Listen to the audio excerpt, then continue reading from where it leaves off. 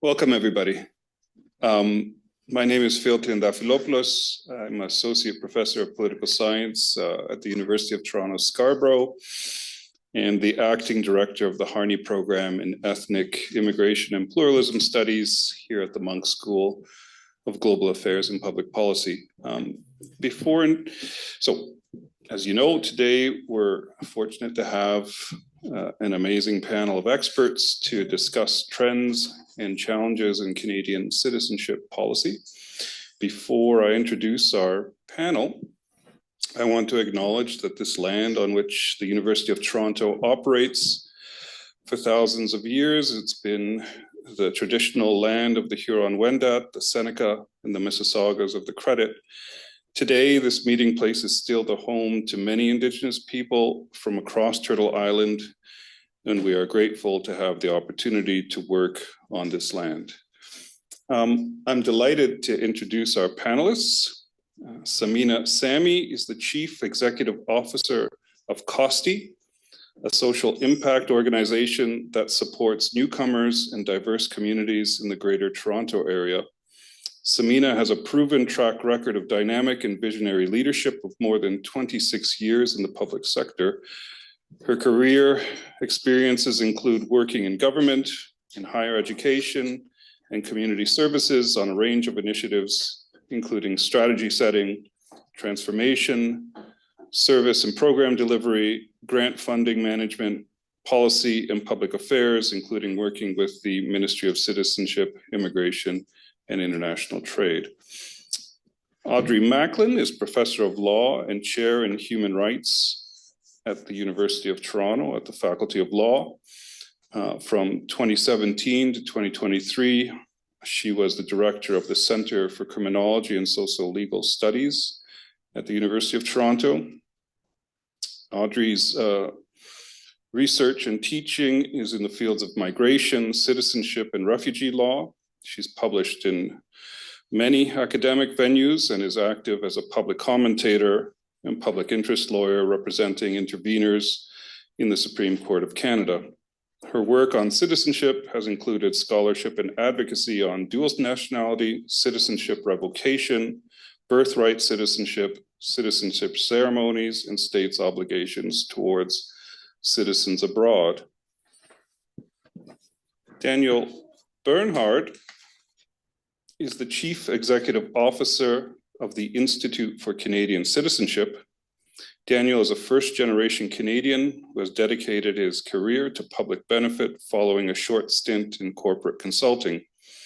He's led and advised charities, foundations, and government agencies in North America, Europe, and the Middle East to build and deliver creative, transformational programs that advance the public good. Daniel is also a qualified software developer. He speaks English, French, and Spanish, and holds degrees from the London School of Economics and the University of Cambridge. Andrew Griffith, is author of Multiculturalism in Canada, Evidence and Anecdote, as well as Policy Arrogance or Innocent Bias, Resetting Citizenship and Multiculturalism. He is the former Director General for Citizenship and Multiculturalism, a regular media commentator and blogger, and a fellow of the Environics Institute. And I'm sure many of you know Andrew from Twitter. Well, it's not Twitter anymore, is it? It's X. Yeah, very good. And LinkedIn. Okay. Today's event is truly a team effort. It is co-sponsored by the Harney Program in Ethnic Immigration and Pluralism Studies, the Canadian International Council's Toronto branch, and the Canada First Research Excellent Fund Initiative, Migrant Integration in the Mid-21st Century, Bridging Divides. So I'm really grateful for all the support for this event, and I'm glad to see some of our partners, leaders of our partner organizations here joining us in person and others online, which gets to the format. So for the next hour and 15 minutes or so, I'll lead a moderated discussion with our panelists. At about 5:30, we'll turn to you, our audience here at the Munk School, and online for questions. So for those online, you can use, I was told that you should use the Q&A tool on Zoom. So I'll look for the questions and ask them on your behalf to our panel. If you are here, you could please introduce yourself and keep your questions brief so we can include as many voices as time allows. We'll conclude the panel at 6 p.m., at which time we'll bid adieu to our online guests, and those of us who are here in person will shift over to the library, which is just across the hall, for a reception that's generously provided by the Canadian International Council's Toronto branch. With that, let's begin our discussion. So I'm going to shimmy over.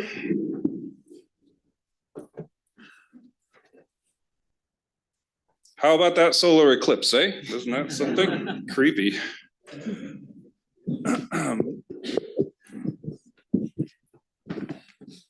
Okay, so the first question is a easy one, just to get the ice broken.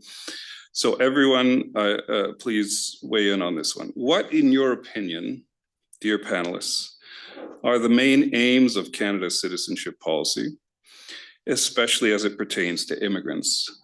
And where is Canada's citizenship policy succeeding in this regard, and where is it falling short? Why don't we start with you, Andrew? Is this microphone on, or? It should be, yeah. Okay, well, I guess I would start by saying that immigration and citizenship is basically about inclusion, welcoming to Canada, and participation. And citizenship is particularly important with respect to political participation. So those are the fundamental objectives. You know, the mechanics are the mechanics. And there's always been a bit of a balance between what I would call facilitation, or making it easy and accessible, and the meaningfulness aspect. So what do you actually get out of it? What does it actually mean for the people who are going through the process, or for that matter, for Canadians in general?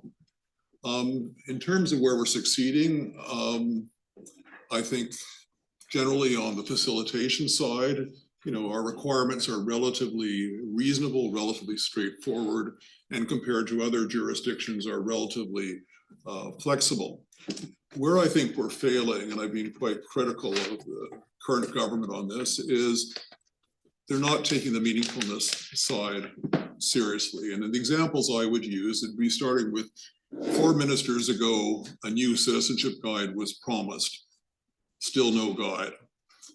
They proposed to do citizenship on a click rather than stating the oath in person in front of other people. They moved massively to virtual ceremonies, and all indications are that those are less meaningful or less impactful.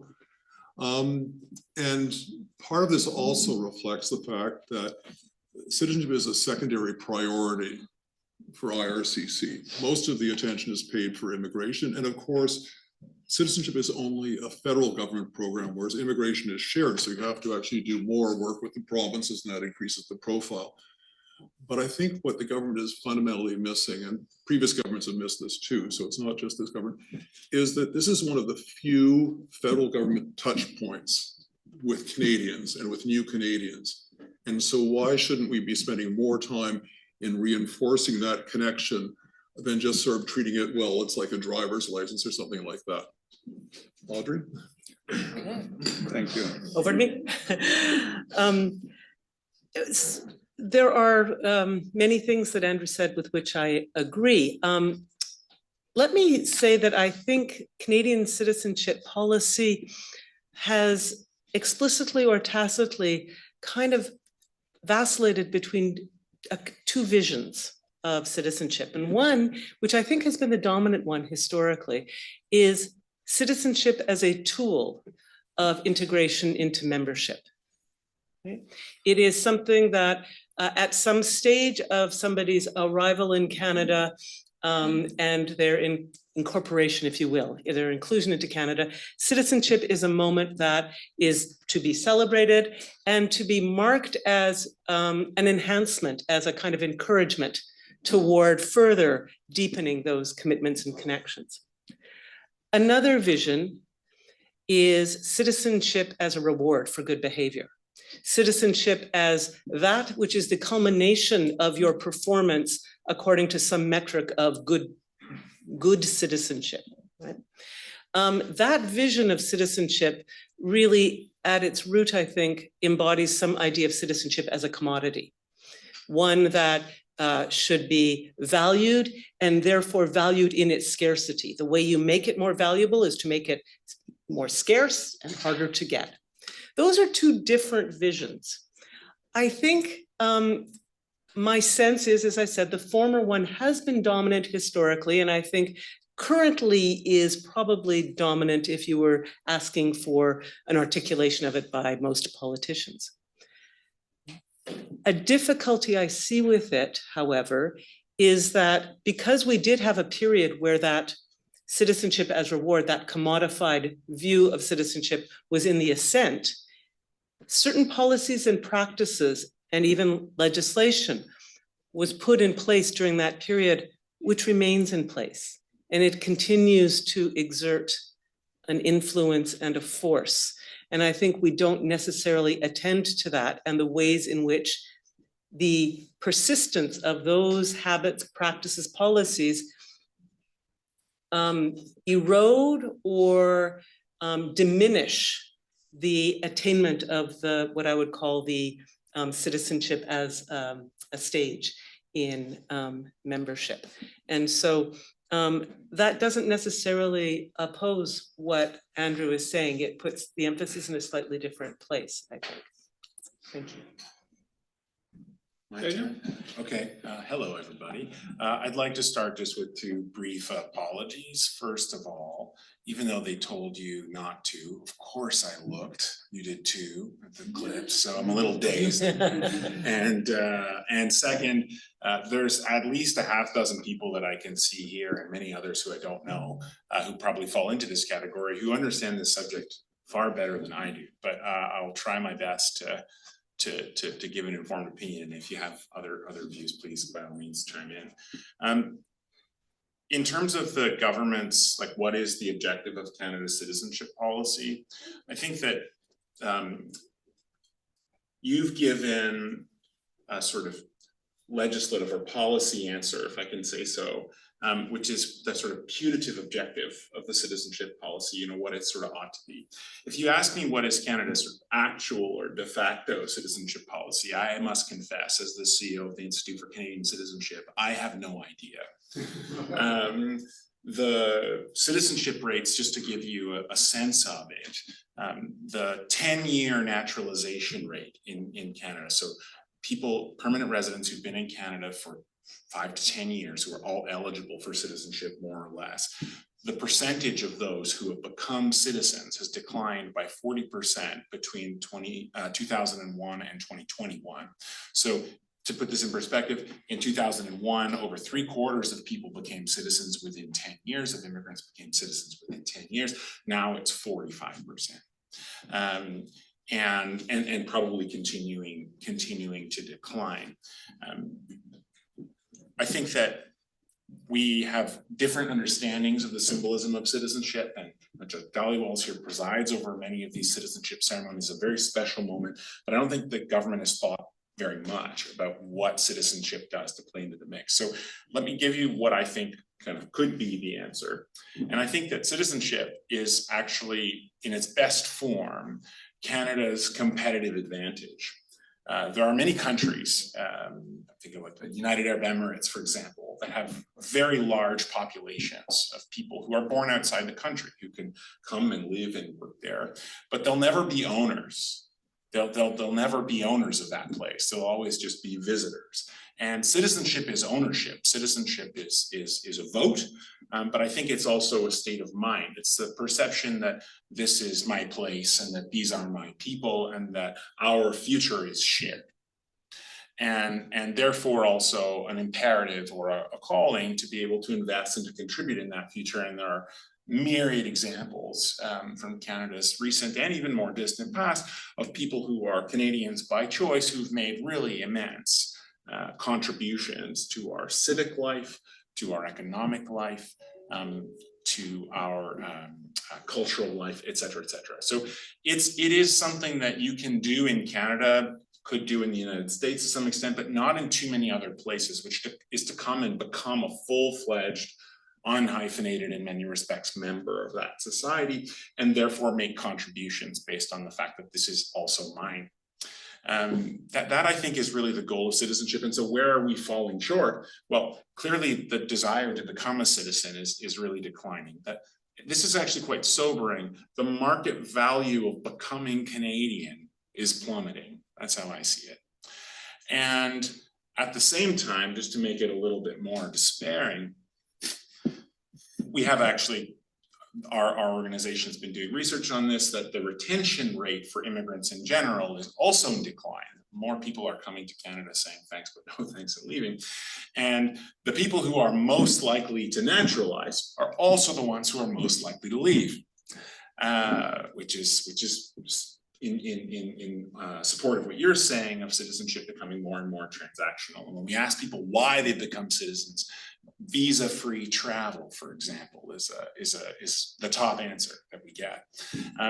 Not any of these other indicators of meaning and belonging. And so I think this is a big failure of it, that we've said, all right, people want to come, great, we'll open the door, we'll allow them to become citizens, but this meaning making, the sense of why, and of the impact of what happens when people feel like they belong on this team and are full owners and contributors to it, that I think is an area where we've been, I think, quite shy. We've confused it perhaps with chauvinism or nationalism. We've been worried about treading there. But I think there is a way to do it that doesn't take us down those paths. It's been very beneficial to Canada in the past, and it can continue to be in the future. Thank you. Samina? Thank you. Can you hear me? Okay.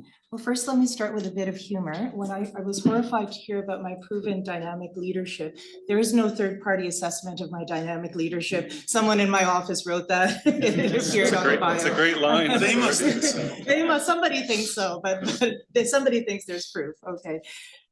Like our esteemed panelists have said here, you know, citizenship aspirationally, what is it? It's the end state of, let's say, that settlement journey for immigrants.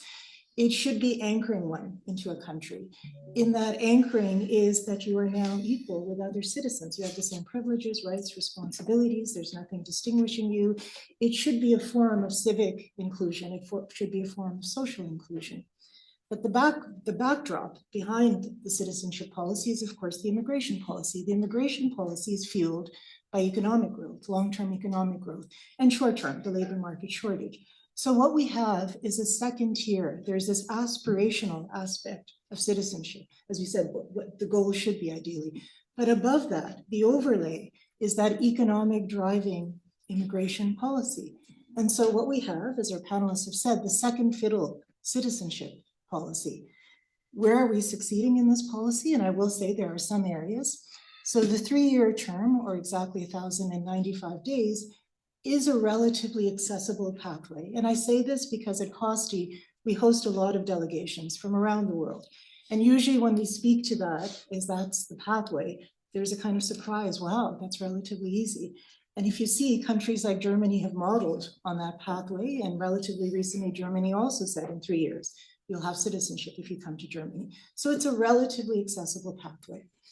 The other area we're succeeding is in the programs that we have, in settlement programs, and there's 500 agencies across Canada.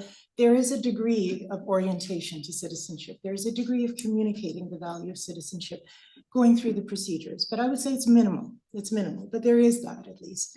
And the other is that until recently, there's been a relatively healthy uptake. It has been 85%. I know the dramatic recent decline, but we have to look at some of that and say, okay, relatively successful. But where it's falling short, and it's dramatically falling short, is playing second fiddle to settlement. It's playing second fiddle to the immigration policy. And so what we don't have is we have an administrative procedure, not a program. It's a transactional procedure, whether it's like getting a driver's license, whether it's what are the steps you have to take. But where's that program that brings together that civic engagement, that brings together civic literacy, that brings together social inclusion, that makes you aspirational towards citizenship? And perhaps it's only your institute out there doing this, but I'm literally saying, because I get a chance to the privilege at the table to see citizenship programs in action, they're procedural, they're transactional, they're not program oriented. So we are falling short. And then also we're falling short administratively. The fee is quite high at $630. So if it's a family of 4, they're going to spend nearly $2,400 on the fees. The administrivia of it is quite long and prolonged. There's a lot of errors in the applications go back, it takes 3 years. So top of mind at a time where we have acute economic financial duress in the system, it's not going to be, this is where I'm going to put my money and this is what I'm going to work on. There are a lot of administrative challenges. So I would say in short, yes, this is a policy that hasn't really played out in terms of imagining a future, a policy, a program. It is transactional at best. Thank you so much. Thanks, everyone. We're going to revisit every point that's been made during the course of our conversation, which is great. It's a good, in addition to being very thoughtful answers, also a good setup for the discussion as it opens up. Audrey, you have to put on your professor's gown or cap or whatever it is that we wear metaphorically and give us all a brief synopsis. This is the impossible question, part of the proceedings. Give us a brief synopsis of the development of Canada's citizenship policies since Confederation. You can go back into the colonial period if you want. Sit back, relax, we're going on a little trip. You could probably cut a lot of that 19th century stuff out. So, So 47 is our Right. first act of citizenship, first federal act, and then 1977 is the statute that we're currently working under. So maybe give us a little background and tell us what you believe are the most important amendments to our citizenship policy since the passage of the 1977 Act, especially how our most recent iteration changed how Canadians can belong both to Canada and to their country of origin through dual citizenship. Okay. All right. Easy. On your mark.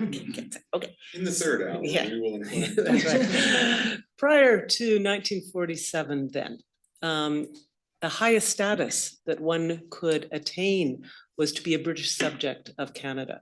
So there was no freestanding autonomous concept of Canadian citizenship, except importantly in immigration law, where it only did exclusionary work. And that's, I kind of want to point that out, that one of the things that citizenship does is inclusion, but also exclusion. And prior to 1947, all exclusion all the time. It was in an immigration act to say, you can't come in if you aren't a citizen.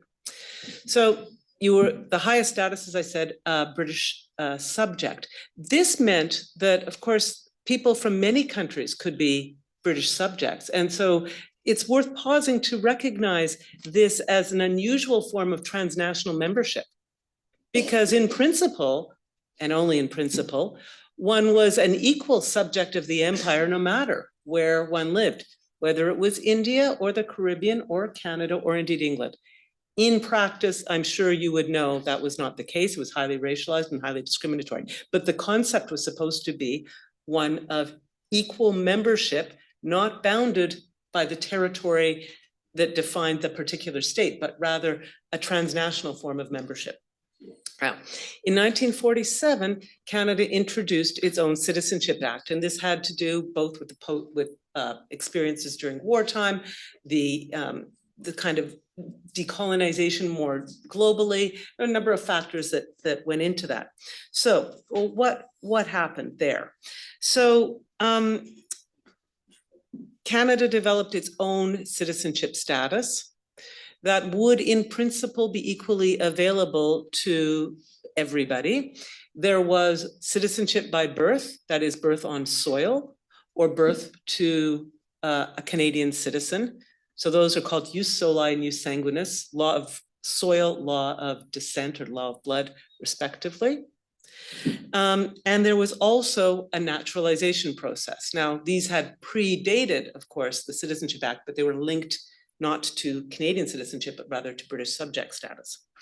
And so the residency requirements for this new Canadian citizenship were 5 years. Citizenship could be acquired, as I said, by birth on soil or by birth to an existing Canadian citizen. And you can imagine all sorts of complicated questions about retrospectivity, retroactivity, and so on. I'm skipping over those.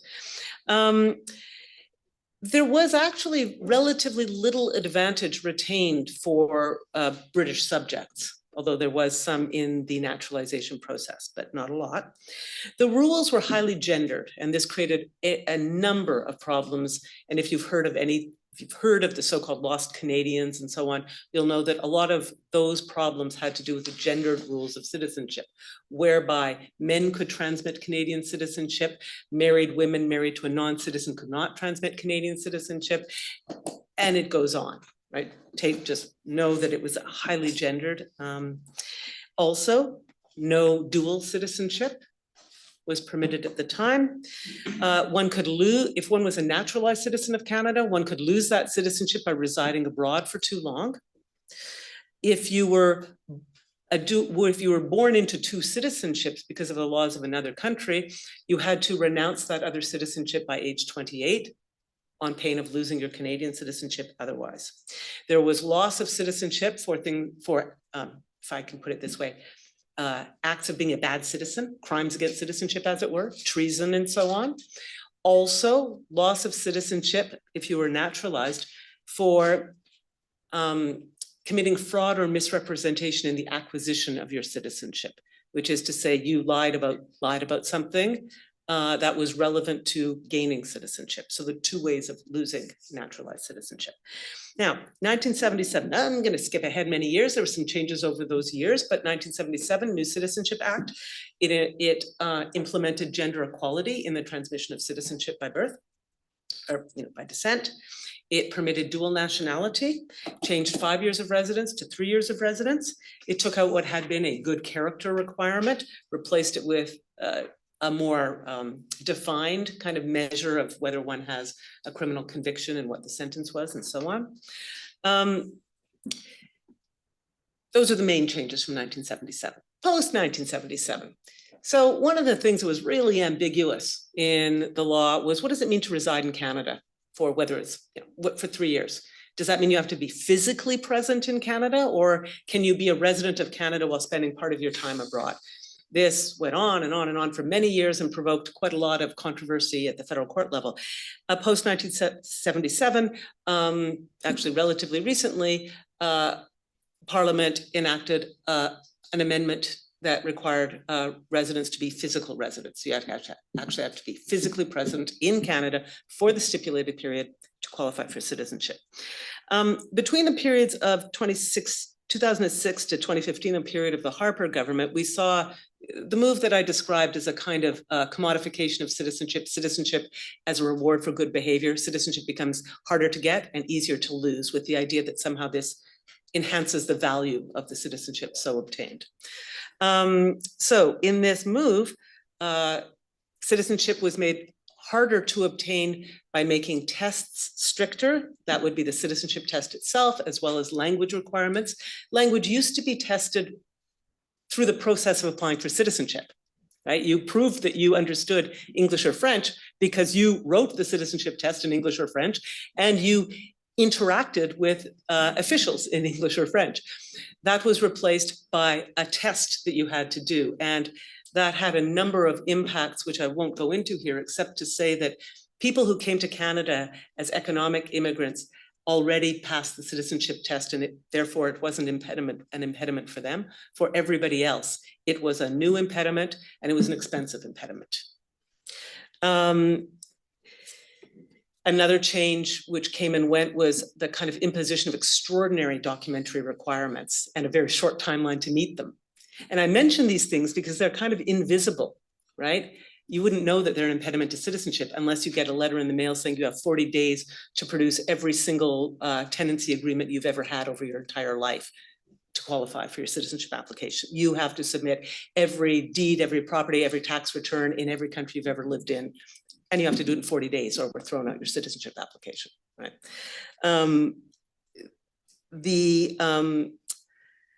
Another example, and this one was quite notorious, the so-called niqab ban, where people who cover their, basically women who are Muslim who covered their face would not be permitted to swear the citizenship oath while their face was covered. This effectively would deny them citizenship, right? And there was, and we'll talk about this at greater length, another law which reduced the capacity to transmit citizenship by descent, right? From what it was in 1977, which I won't go through right now, but to say, in effect, if I go outside of Canada and have a child, that child will be a Canadian citizen. But if that child has a child outside of Canada, that child will not be a Canadian citizen. And that was a change and a retraction from what it was in 1977. So it diminished the transmission of citizenship by descent, and that continued until quite recently.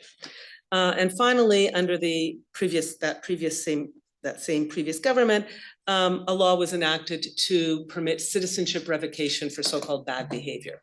You remember I talked about the 1947 Act permitting citizenship revocation for acts of treason and so on. Well, that was gotten rid of in 1977. It was brought back as part of the large securitization kind of agenda in 2014. It had a short shelf life, and it was repealed by the subsequent government that was elected in 2015. So I'm thinking that brings us up to date, more or less. Have I missed anything critical? No, I think, well, I was going to ask the panel if anyone wanted to add. Yeah, Andrew. Well, I think the only thing to note is that the Liberal government repealed some of those measures, particularly revocation and the residency requirements in terms of duration of being in Canada. And the other thing, of course, is the oath has been changed to include Indigenous peoples, but and there are probably a few other little things there. Thank you. Thank you. And actually, thank you. And let me add one more thing that a lot of people don't think about, which is we tend to think about citizenship as a positive thing and it's a good thing to get, and it's an all good thing. If you are Indigenous, historically, it was not a good thing. It demanded of you, if you wanted to be a citizen of Canada, that you you give up your so-called Indian status. And it was called enfranchisement, which is to say that you were not recognized as a full member of the Canadian polity if you also claimed your identity as Indigenous. And in order to get membership, you had to give up your Indigenous identity in a formal sense. So I want to actually mention that and to say that came to a formal end in 1947, although the actual access to the franchise, the vote itself, 61 was 1960. Is it 61? I thought so. Yeah. 61. Samina, Daniel, anything to add? Just a couple small details. Sure. In addition, you used to have to show up in person and raise your hand and swear the oath. During COVID, of course, they made these online, and now a great majority of the citizenship ceremonies, where a lot of them still happen online, some happen in person. And to speed things up and deal with some of the backlogs that were happening during COVID, there was also a proposal to just be able to accept the terms and conditions of citizenship like you would for an Instagram account or whatever. Just not good. So that's another change. So thoughts about accessibility. Another kind of small, strange one, perhaps, is that there were recent legislative changes, or in the regulations rather, around enabling this citizenship by click, that allowed citizenship program for the first time to be one in which the entirety of the decision as to whether or not your citizenship application would be accepted could be done by a machine, which is not yet allowed in immigration applications for permanent residency, but is being piloted for citizenship. So the future of AI determination, I think it's actually one of the very few administrative areas in the federal government, is now being, well, it is able to be piloted in the citizenship program. No one knows whether they're actually doing it, but they have the authority. So long gone are the days of the face-to-face citizenship interview, and we're now kind of going fully virtual, transactional, accessible, including the assessment itself. Great, thanks so much. So this is super interesting. I want to focus a little bit on acquisition of citizenship by birth now. And Audrey gave us a great précis of how this works. There's really two principles that most countries have some combination of. The Latin term, you say jus soli, is that more Latin than jus soli? I don't know. I kind of think of Jus soli might probably- jus soli, Yeah, you know, you're so probably right. maybe not, I don't know. That's the principle or law of territory, and that's pretty straightforward. So if a country has unconditional jus soli in its citizenship law, anyone born on the territory acquires the citizenship of that country automatically. The other principle is jus sanguinis, which I think the direct translation from Latin is the law of blood, right? Yeah. Or descent. And that means that citizenship is passed, Audrey pointed out, passed on from parent to child. And territory is not at it, it's not the point, right? So my daughter was born in New York, and she acquired American citizenship at birth because the United States has unconditional jus soli in its code, and she acquired her Canadian citizenship through her mother and I. So those are the two forms.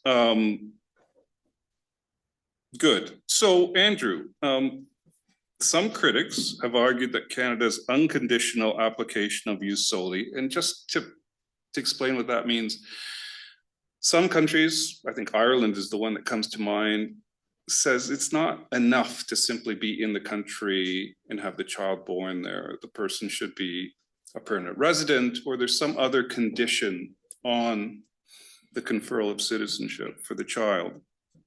Canada, the United States, some other countries have unconditional jus soli or soli. And some argue that this leaves Canada vulnerable to people who would use it strategically, use this part of the policy strategically. So sometimes the term birth tourism is used to describe this. Sometimes the children born here, this is more in the US case, but it's come up here as well, anchor babies. So create a human being as an anchor to the place. In your opinion, is Canada's application of the jus soli principle overly generous? Is birth tourism really a serious issue? Okay, well, starting with the first point, I mean, if you compare it to Australia, where one parent has to either be an Australian citizen or a permanent resident, that's more restrictive than the Canadian approach, where that requirement is not needed. So we are on the more generous or the less enforced spectrum. The previous government actually tried to address birth tourism, but in the end it sort of failed because A, the numbers and the data wasn't very good then. The provinces weren't on board, and it would cost too much money. Since then, I've sort of stirred things up a bit by getting some data from the health side of things, which shows that the numbers are about 4 times what people knew at the time. But it's still, put it in context, it's about 1% of the total number of births in Canada. So it's not a big amount. So the question becomes, in one sense, on a point of principle, is it something that we think makes, this is something that we want, or is it sort of viewed as sort of a loophole, or avoiding all the hoops that most people have to make for people who actually have the strategic sense of having a child in Canada, so 20 years later they can get lower education fees. That's some of the arguments that are made.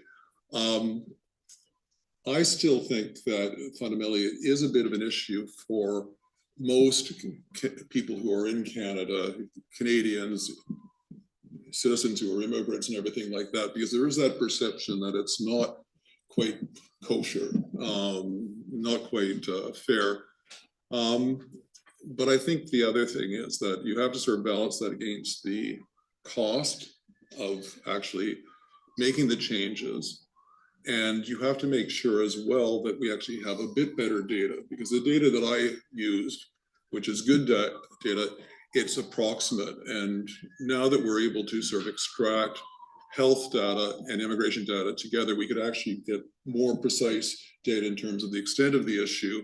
And I think that's something that would actually help the discussions go forward. And I think, yeah, so I think that's the next stage of that. So in the end, and Audrey and I and others have had these discussions, is it worthwhile from a strictly cost benefit basis? Probably not. But if you value the principle of citizenship, then you get in that discussion. And we'll of course see whether an incoming Conservative government actually decides to go back to the issue or they just leave it alone. Okay, does anyone else want to come in on the question of birth tourism or birthright citizenship on territory is more just right or too much? You know, I think it's important to recognize that citizenship attribution rules will always be under and over inclusive. There will always be somebody born in Canada who immediately leaves, you know, they're as an infant goes somewhere else, never ever to live in Canada again, and yet comes back and, you know, has the benefits of citizenship. There will be people, and there are, who are come here as infants, never acquire citizenship, live their entire lives here, and because they commit crimes, end up being deported. There are people who we just sort of disparage the parents who game the system by coming to Canada and, you know, having a baby here. And Andrew quite rightly points out, and what exactly are we afraid of here? That 20 years later, that child is going to come to Canada and go to university here? I mean, that's like the downside risk. But we also, I bet, all know people or are people who have thought to ourselves, I have a grandparent who was Belgian. Maybe I can get Belgian citizenship for my kid.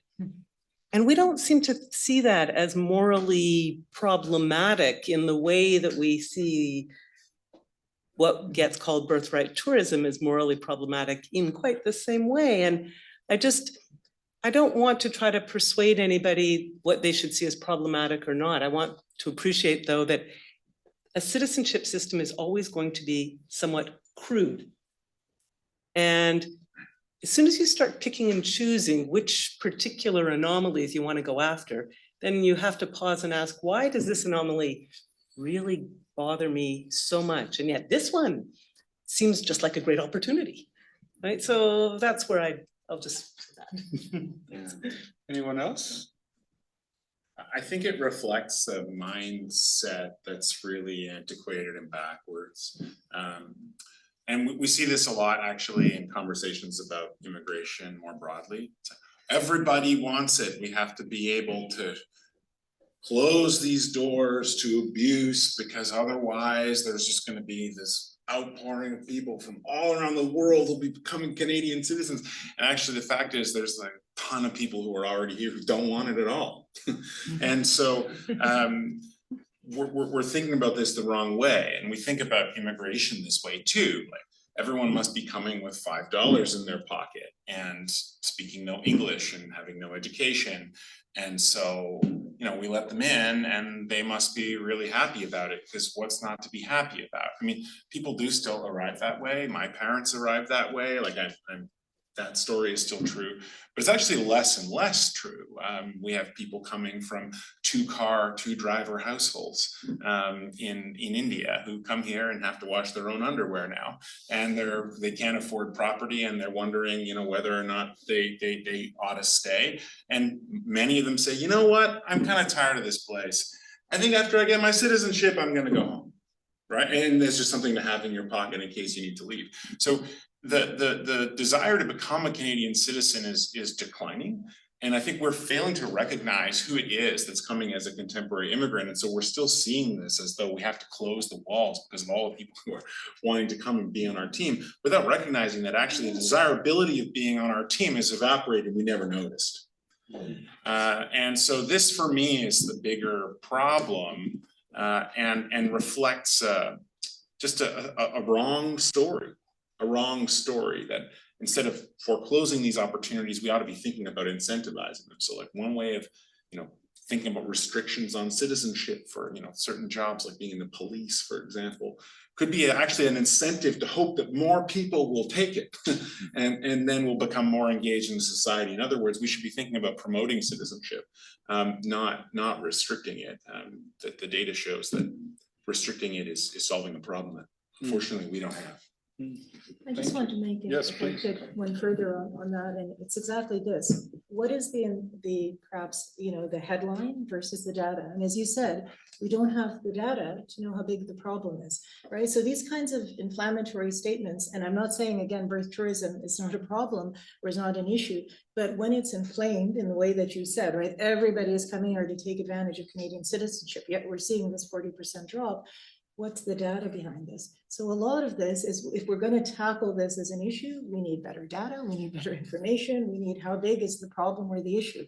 And then I would say, yes, let's then come to the table if it's a big issue that we've got. But if it's a small issue compared to this 40% reduction, then that 40% reduction is where our eyes need to go. Yeah, I think I'm one of these strategic people. So, I mean, it's a funny thing. So I gave the example, if she sees the video, she'll get really angry that I brought her up. But we didn't intend, I was in the United States for graduate school. It wasn't part of the plan to have a child there, but that's what happened.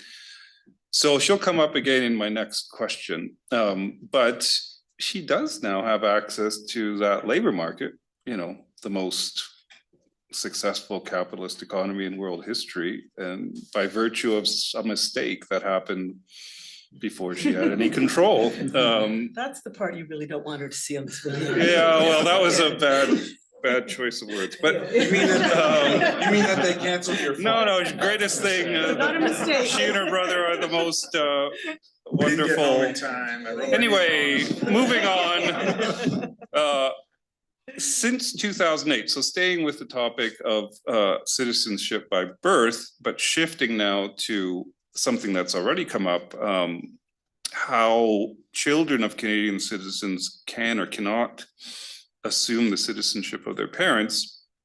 So in 2008, among other changes to the citizenship law, Canada introduced a limit in the application of this jus sanguinis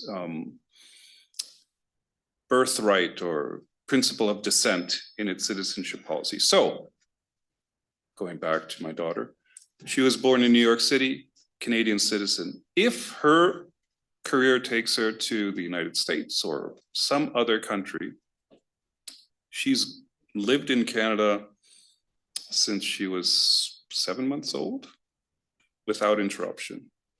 But if she moved to Australia for some reason, for work or whatever else, and had a child, that child would not take on Canadian citizenship. So Daniel, could you tell us why the government of the day decided to make this change to the best of your ability? And more importantly, whether you believe it constitutes good policy today in 2024? Yeah, sure. I'll try my best. I mean, you probably know better than me, but in 2006, a militant group which is established in the south of Lebanon, which the government of Canada designates to be a terrorist organization, Hezbollah, engaged in a cross-border raid into Israel, sparking a larger war with the Israeli Defense Forces that really destroyed large parts of Lebanon. It was very destructive. And as a result, many countries in the world organized efforts to evacuate their citizens from Lebanon. And the number of Canadian passport holders who were claiming evacuation was much higher than many people, I guess, had expected. I think it was something like 15,000 people who put up their hands and said, I have a Canadian passport, you need to get me out. And that insinuation of the government of the time was that, a significant proportion of these people probably couldn't find Canada on a map, had never lived in Canada, had no connection to Canada. And they were branded, derided, you can pick your term, they were called Canadians of convenience. And so in 2008, the government of Canada in their changes to the citizenship law tried to make these restrictions so that you could not come to Canada once for 1,095 days, become a citizen, and then transmit the benefits of asylum to Canada indefinitely forever as a get out of conflict easily tool, no matter where you live. That was the ethos, I think. Correct? Yeah. others? Okay, so that was the idea. I think the data are unclear. What I was reading in preparation for this discussion was that it's estimated that over half of those 15,000 people returned to Lebanon within 30 days of having been evacuated. And I'm not sure actually how many of them are still here or maintain a connection to Canada. If anyone else knows, please let me know. But it's an ongoing issue. We see it now, in other parts of the world, evacuation. So is it a good policy was the question that you asked. This is a really tough one. I don't have a conclusive answer. I guess I can give you a contradictory or conflicting answer. So I have a very good friend of mine, for example, whose daughter was caught under this second gen exemption. He was born when his parents were working in the United States temporarily. He became an American citizen, so he now lives in the United States because he can, and had a child with another Canadian citizen who lives in the United States, and their daughter, by virtue of the fact that both of them were born outside of Canada to Canadian citizens, is not eligible to become a Canadian citizen. And he's of course not happy with that because he maintains a connection to Canada. At the same time, you can understand that if the government of Canada has obligations towards you, and especially obligations that can entangle the government in politically fraught and difficult issues like a conflict between countries and a duty to extricate people from those conflict zones, that some kind of connection to the country would be helpful, and that we don't just want this to be like I said, a get out of conflict free card that people just obtain without any connection to Canada. So it's a tricky one and a difficult one, and I just like to distinguish between the sort of technicalities and the ethos of it. So like your daughter's case, for example, a connection to Canada test or standard, I think, is something that's happened in the past, and that could be implemented again in the future.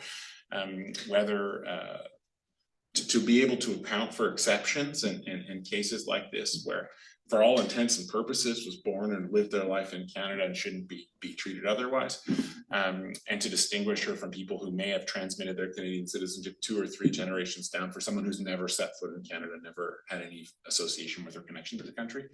Whether or not it's a good idea, though, is a tough one, and I think this, like I said, it puts the government in difficult positions sometimes. On the other hand, it's an interesting distinction, because there are many Canadians who live here who also have no real attachment to Canada.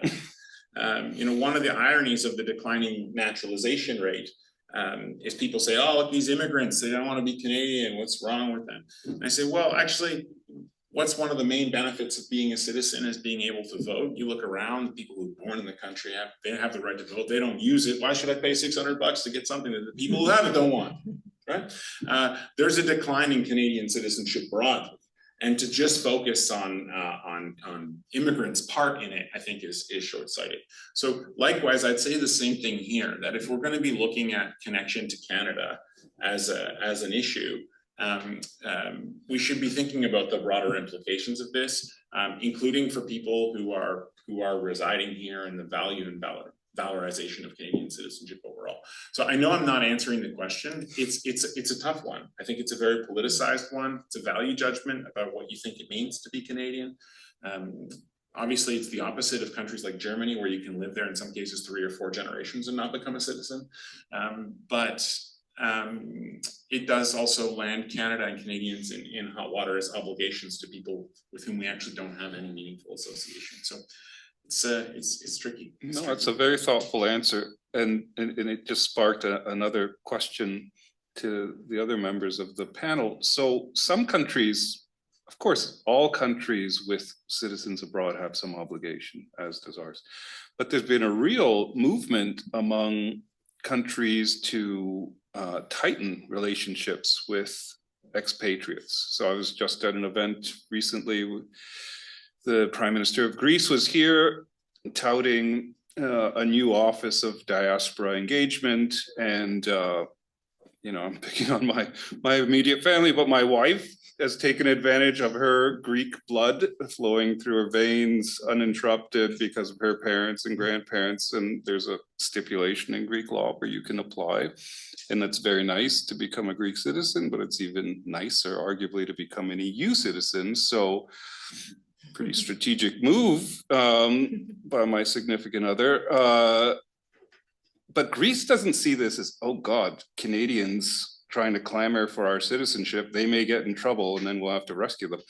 They say this is wonderful. We can deepen ties, we can encourage more trade relationships, we can maybe drain some of their brains, reverse the historical flow.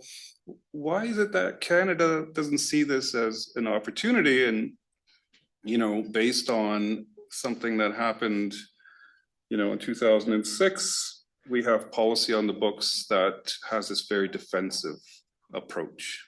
Yeah, and my understanding is that this is gonna be with, It's a federal. it's gonna be changed. It's gone through committee. I'm not sure if it's It's been installed. third reading. It's done.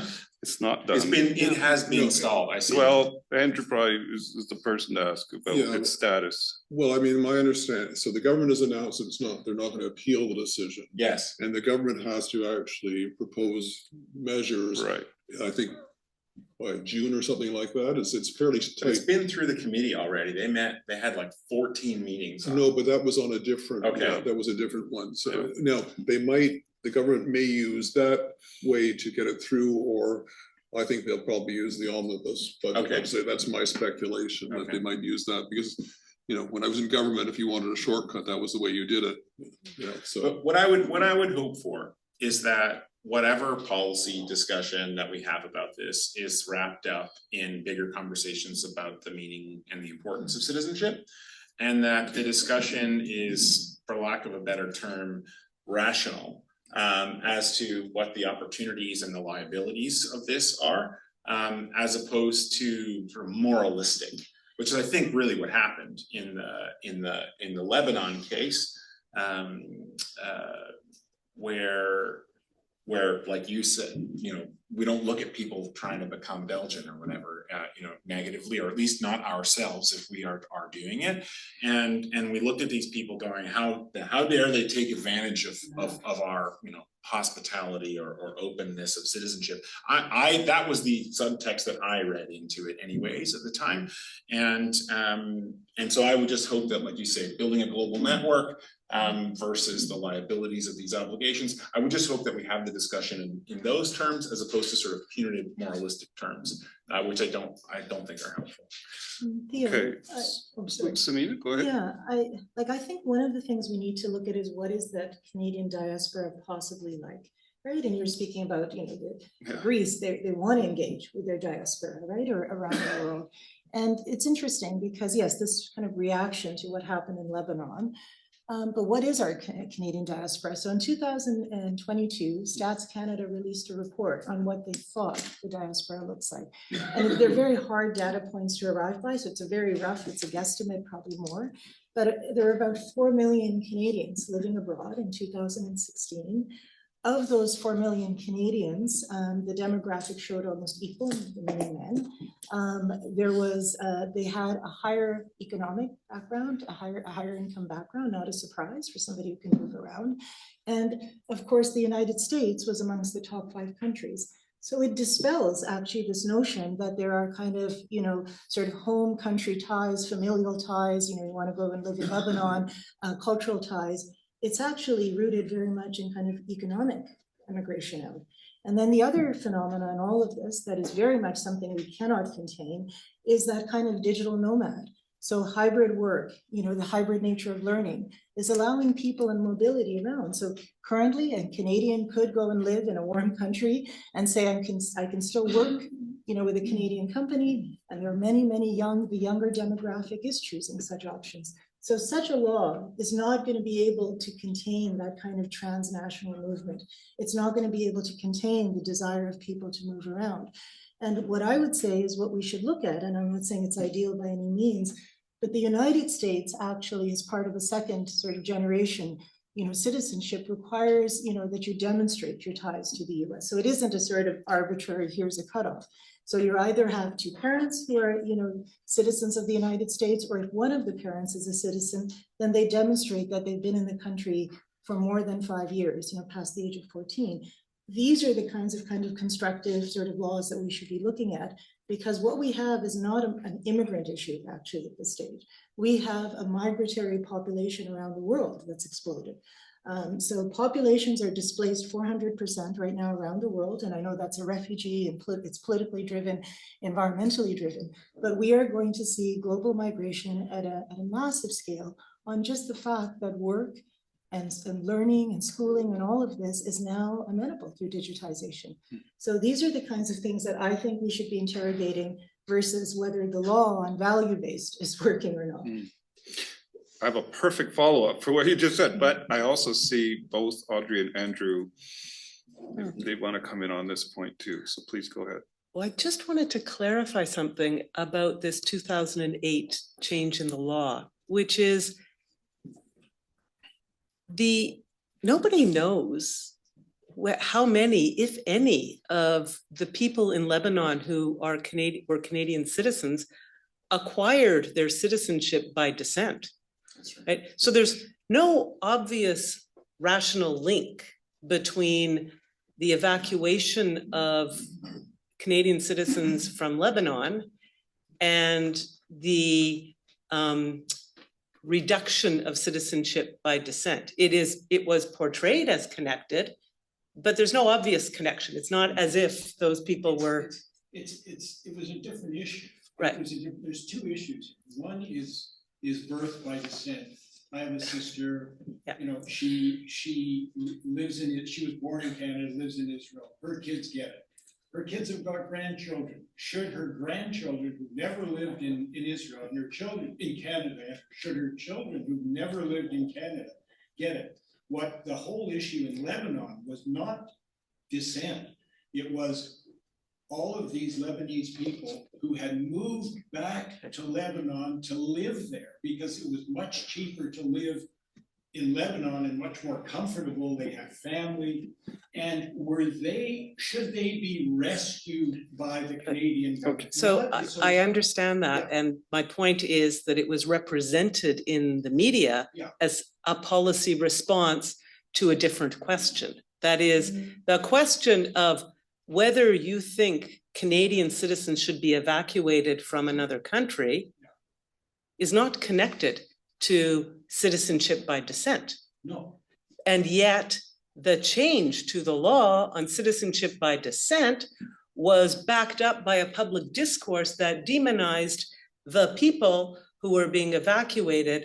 And, you know, I think we should recognize that this had a lot to do with anti-Arabism, right? This is not this is sort of not, you know, but be that as it may, I just want to point out, lest it be lost, that the change to the law of citizenship by descent logically has nothing to do with the evacuation of dual nationals and the idea of, does Canada an obligation to evacuate citizens whose connection to Canada is deemed not strong enough. Those two things are logically separate, but they were brought together by a kind of public discourse. And that's all, so that's just one thing. So one little point, but the other point I wanted to make is to really underscore your description of the American practice, because that's what's at stake now, right? So that law that we're all kind of debating about has actually been found by a court to be contrary to the Constitution. So it's been struck down, so it's gone. So the question is now, what's going to replace it?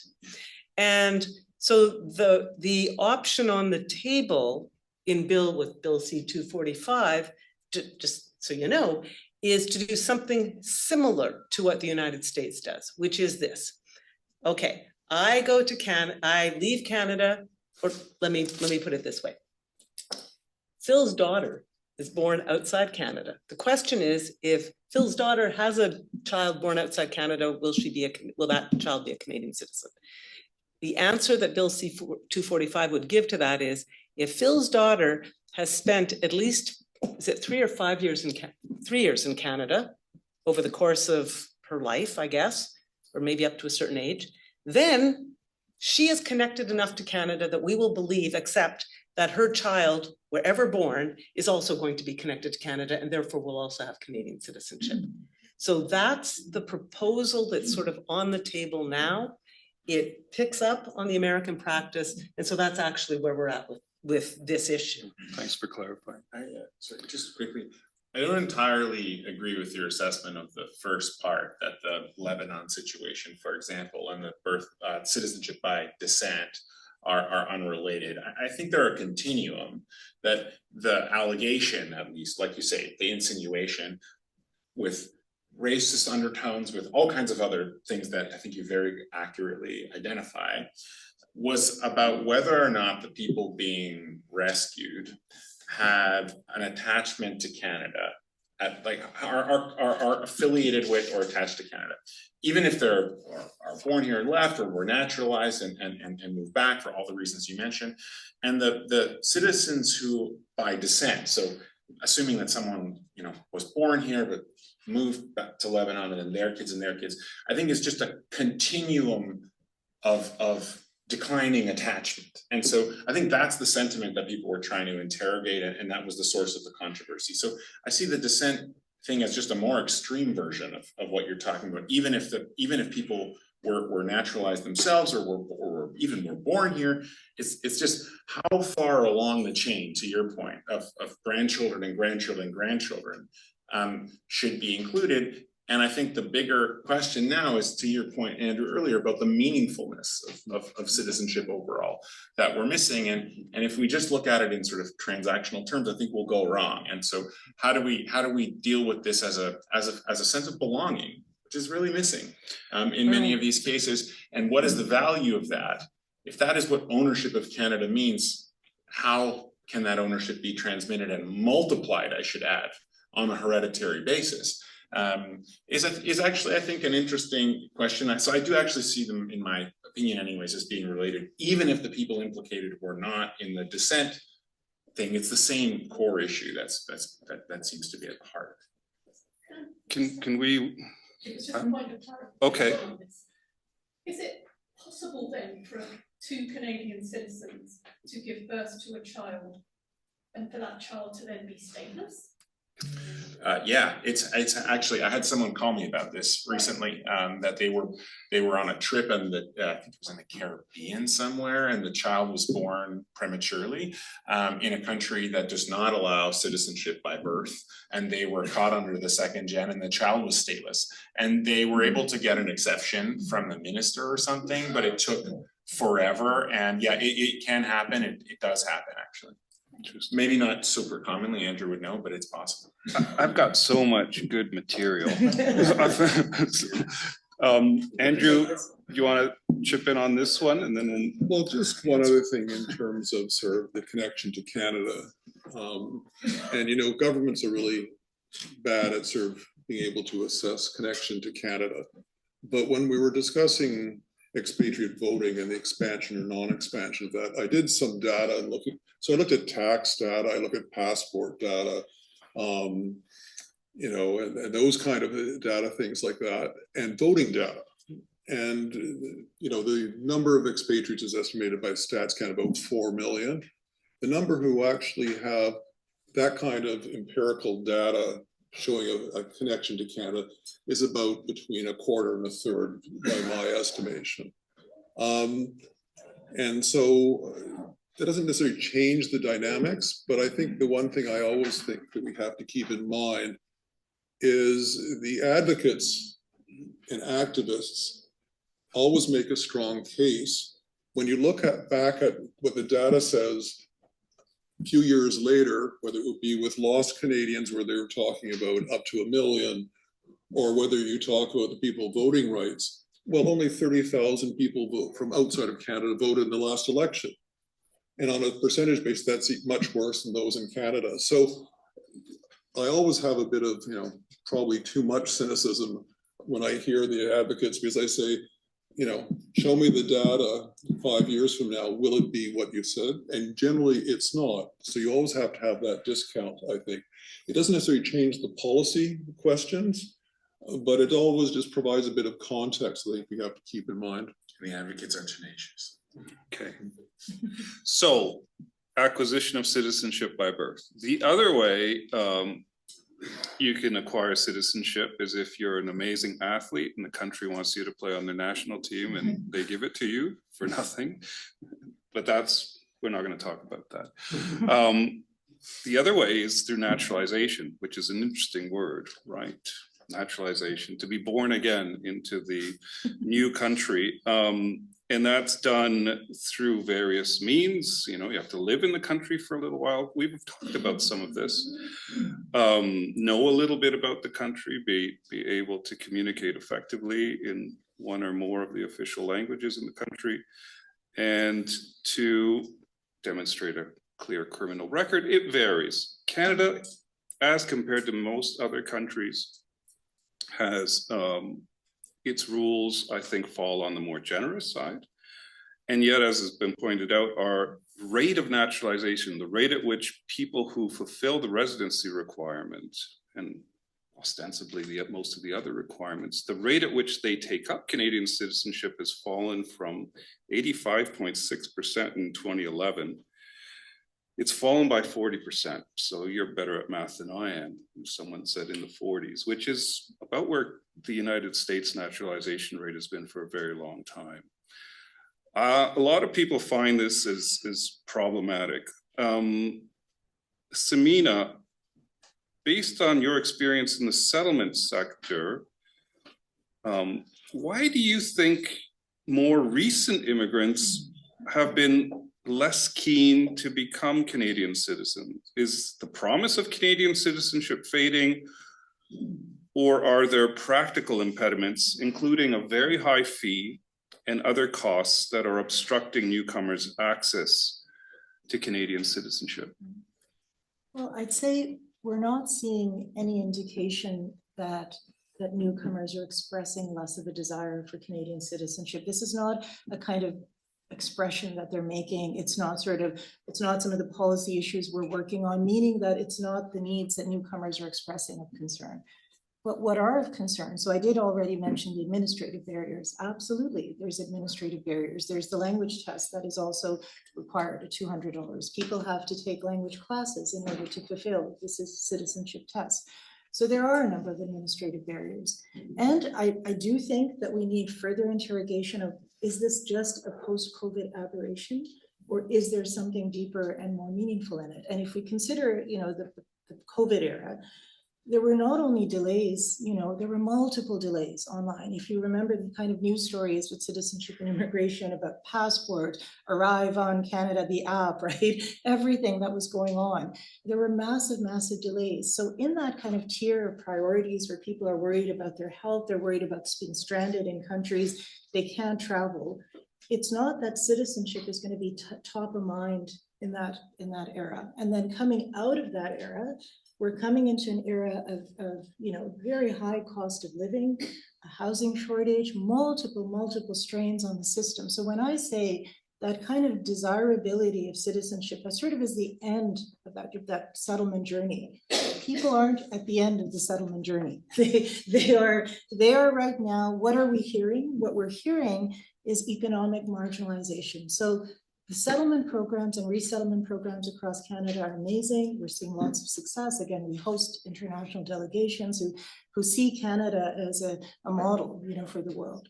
But where are we falling behind? And I want to tie this because there's a storyline here to citizenship. The high cost of living, the lack of affordable housing, those are acute issues for generational Canadians, let alone newcomers, who are usually on the lowest strata in terms of financially being able, to afford any of this. In addition to that, look at the consistent Stats Canada economic outcomes for immigrants. For racialized immigrants, they're very low, and they have consistently been low. And then when you add gender to that, race and gender, they're right at the bottom. Add to that then further that we've got the barriers in terms of the regularized professions. So we've got a kind of what I call constellation right now in Canada, where the newcomers that are coming in, again, they have access to free settlement programs, for resettlement programs, but they're finding themselves into that same vortex of economic strain as others are. And this is their immediate needs. These are now their not only short-term needs, but long-term needs. So we're finding in the settlement sector, those who have taken their survival jobs, but 5 years out, they're still in the survival jobs. They cannot get into that profession. So citizenship is not on the top of their mind. Their mind is that, okay, what other program do I need to get? How can I feed the family? Our housing workers are strained. They're our busiest workers right now. Where can we get housing? How can we get, my wife hasn't worked before. How can we get her trained? So we have lots of women's programs where women are sort of the explosion of women in these programs. People can't afford to live in Canada, Canadians, let alone immigrants. This is the top of mind issue. And so what I want to say, and I'm going to be a little bit provocative here. When I traveled over here, I always speak, to the Uber drivers and taxi drivers. And we've got what has almost become culturally normative. The PhD who drives a taxi, the doctor drives a taxi. And that's exactly the scenario I found myself. And I'll give this story because it's very, very important. I asked him about his background and so forth. So he was in Dubai. He worked in various places. He's a computer engineer. He has been in Canada 8 years. His wife is a medical doctor who also is a diabetes specialist. And both of them are working survival jobs. It's been 8 years. I said, what has it been like? No, we're not planning on getting any further. We can barely eat. We can barely survive. I need this ride today. So then I asked him, do you have Canadian citizenship? He said, yes, I do. And I said, oh, that's interesting. So do you see some benefit in that? He said, it's better than Dubai where I couldn't get citizenship. But what is he likely going to do if he can't survive in Canada? He'll take that citizenship, to what you said earlier, to live half the time in another country where he can take that currency and translate it into a more economic life. And I can tell you, I've had conversations, I have a business background, I have conversations with very well-heeled Canadians who are talking about, should I move to Portugal to afford a house? My kids can't afford it. Maybe we need to move to another country. So when well-heeled Canadians are having that conversation, of course immigrants are. So I think the storyline that we have to be deeply worried about is that desirability of citizenship may still be there, but the survival is the immediate need. And then if survival is not met, they're going to actually get citizenship and use it for a purpose to divide time. And that's not the outcome we want. That's not the citizen that we want. So I would say the economic issues, the healthcare issues, housing, that's what we're seeing on the ground. And even with that, there are absolutely newcomers who are going through the classes, they're taking the language classes, they want citizenship, they desire being in Canada, but Canada is becoming economically hard to live in. That is the reality on the ground. That's really, Can I just add something really quickly before you go to the questions, or is it no time? no, I was going to call on you Okay. and Andrew, because I know you've also looked at this carefully. So I agree with everything you said. I don't, however, think that it explains the citizenship decline, which has been in evidence since 2001. And I agree. And has been steadily declining across conservative and liberal governments, across economic booms and busts, across high fees and low fees, et cetera, et cetera.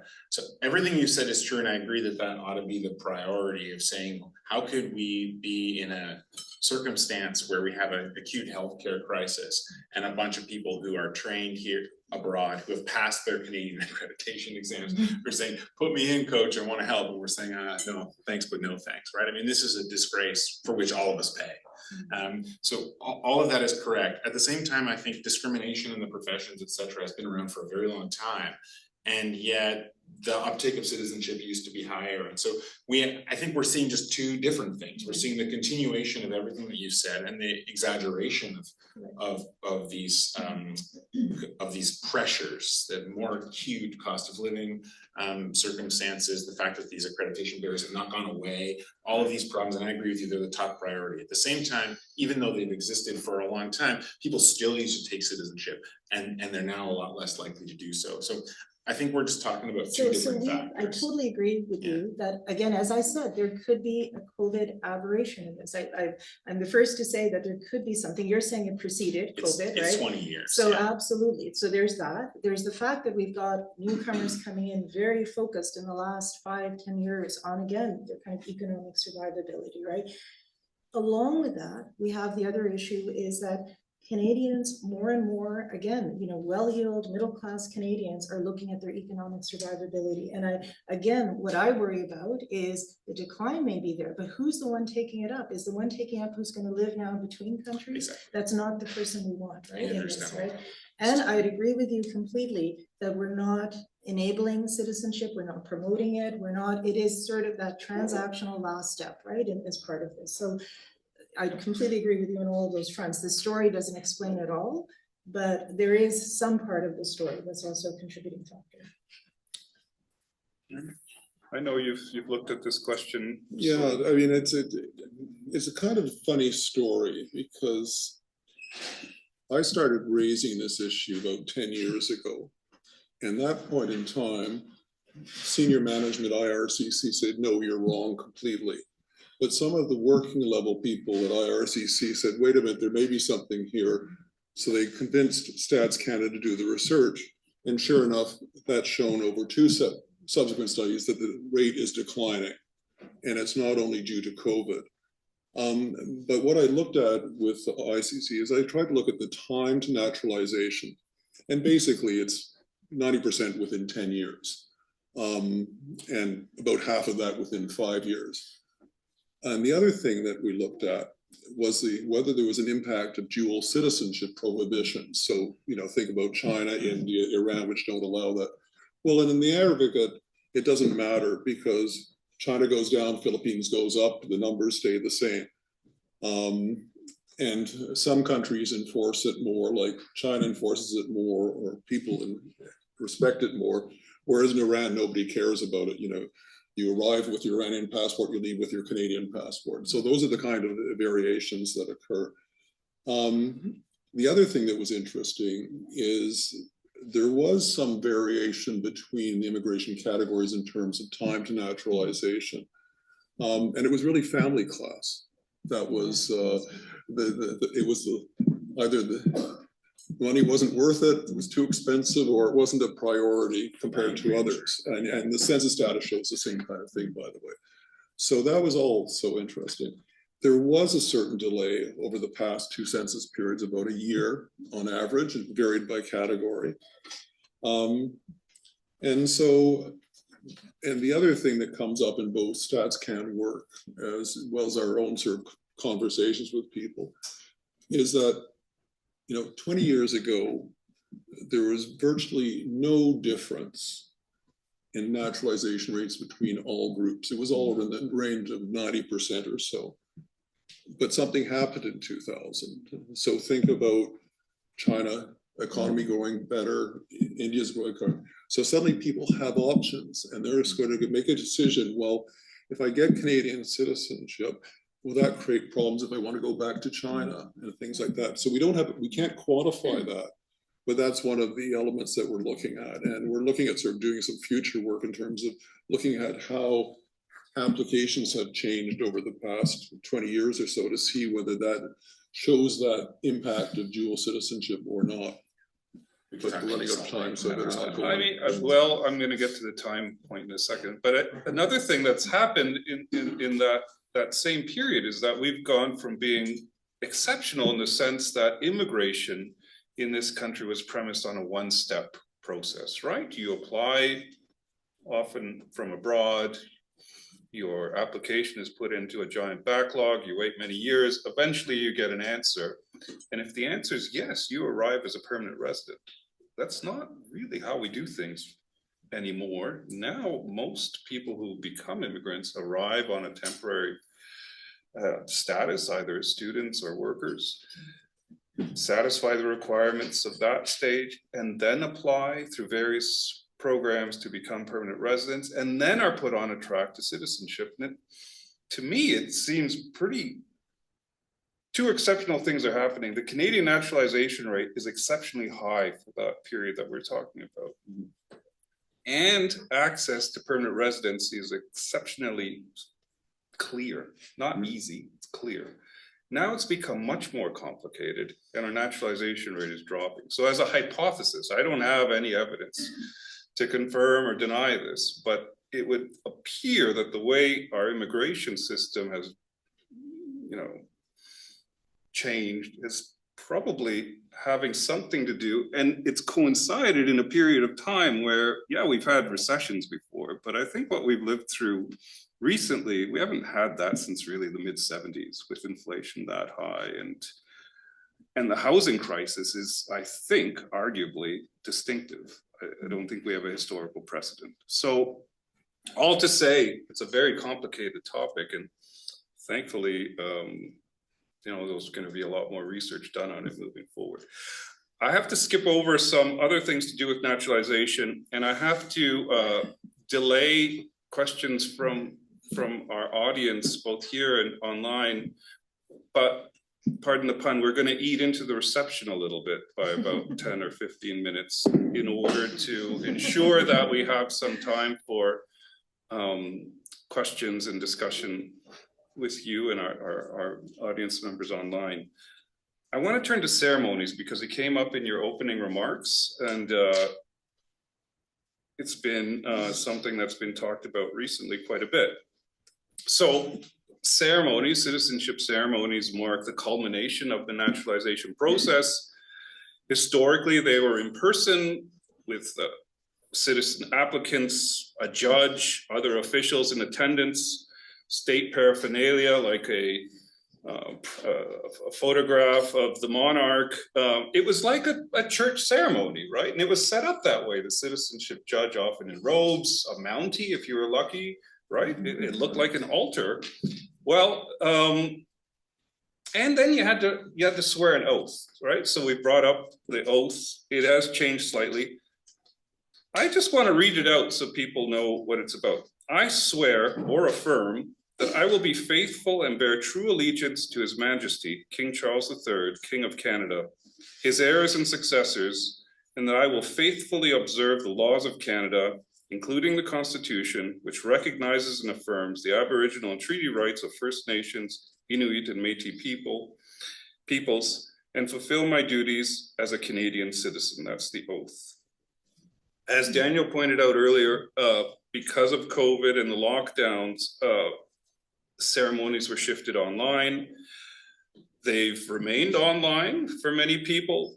And we've had this debate about self-administered citizenship oaths, which some have likened to one-click citizenship. So rather than swearing the oath, either in a group online or in a group in person, it's sort of like clicking. I mean, you said it was like confirming your status on Instagram. Yeah, I mean, the way I described it was, do we really want citizenship to be something that you can do on the toilet? That's right. Okay. So excellent. That's a better setup than I had. So Andrew, just to continue, you led an initiative against this. Could you outline the arguments that have been presented for online ceremonies and self-administered oaths, as well as your and others, not only you, but you know, quite a few people have objected to it. And what would your preference be for citizenship ceremonies? Well, I mean, I put my cards on the table. I'm old school. I'm also old, so maybe it fits. But you know, having been to citizenship ceremonies, both with family, friends, and colleagues, and just sort of seeing the general mood in the room, there's something powerful. It's, you know, it's a bit hokey, you know, when all is said, but it has that impact for the people who have basically been spending 5 to 10 years in, you know, to reach that step, and it means something to them and to their friends and family who are there. So I think there's some value to that. And again, it gets back to the meaningfulness of citizenship and how it impacts on people's sense of belonging. You know, and the question I always sort of say, well, you know, do you get married online? Most of us don't. Do you go to a funeral online? Most of us don't. Does your kid get graduate online? Mine did. Our daughter graduated and she was offered the online. She said, no, we want it to be in person because it's something meaningful. And, you know, the important things of our life, we celebrate in person. And I think citizenship may not be quite as important as a marriage or death or birth or whatever, but it still is important. The arguments used by the government officials who wrote up the proposal it was largely based on efficiency grounds and time savings, but it was sort of like, we want to save 3 months at the end of a 5-year process and lose the meaningfulness. So it was a really weak argument. The monetary savings were pretty minimal. 5 million for IRCC is not a lot of money. It's a lot of money for you and me, but it's not a lot of money in the government context. And it was pretty clear in the way they were writing it up that this would allow them to further more remote ceremonies, more virtual ceremonies, and further reduce ceremonies. So I was really sort of so annoyed that I started a petition on it, obviously, and it got some traction. So we'll see whether the government acts on that. I think my sense is the current minister values citizenship ceremonies more than his predecessor. Partially his wife was naturalized, so that sometimes makes a difference. And certainly the official opposition was very vocal on both the citizenship on a click and ceremonies. So we'll see how that evolves, and we'll see whether it makes into any sort of party platforms over the future. And when you look at sort of the comments by people who made the official comments, there was a real divide between those who had gone through citizenship ceremonies or who were, already citizens or had been immigrants, and those who were in the queue. And that's understandable. If you're in the queue, you want to get it done as soon as possible. But I've always sort of said, well, citizenship is not automatic, and it's legitimate to have some obligations. And if it's not worth your while spending half a day to go to a citizenship ceremony, like you spend half a day going to a wedding or half a day going to a funeral, then what's the point? Do each of you want to weigh in briefly on this point, and then we'll move on to the last question? Yeah, Samina? Well, I would agree. I think this is one where perhaps we will all be agreeing. I started my whole career in settlement years ago, and then I went to government and university and so forth.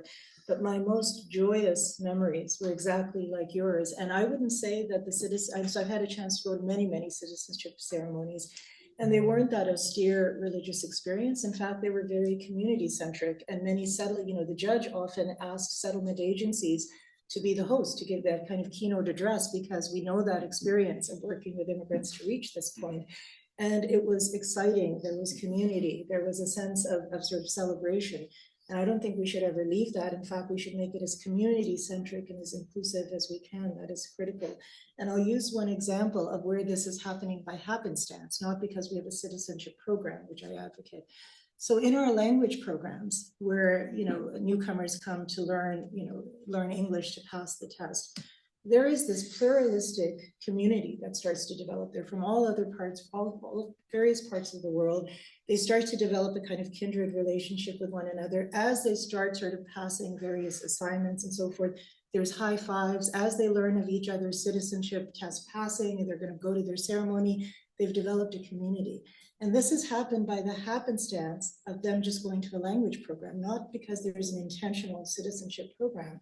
So the English speakers actually have a much more solitary experience. They don't take up these classes and these experiences. They learn, online. There are citizenship classes where there's help and there's online help. And then they go into a relatively solitary experience, perhaps with this online. To me, citizenship is about building community. I started this panel today by speaking about civic inclusion, social inclusion. That is what we should be building. We should have an intentional program around citizenship. So this happenstance of language is actually creating community. And we need to return to that community. And I would say, as someone who started my work in the community, they were very community-centric ceremonies. I think we should intentionally plan for that. Thank you.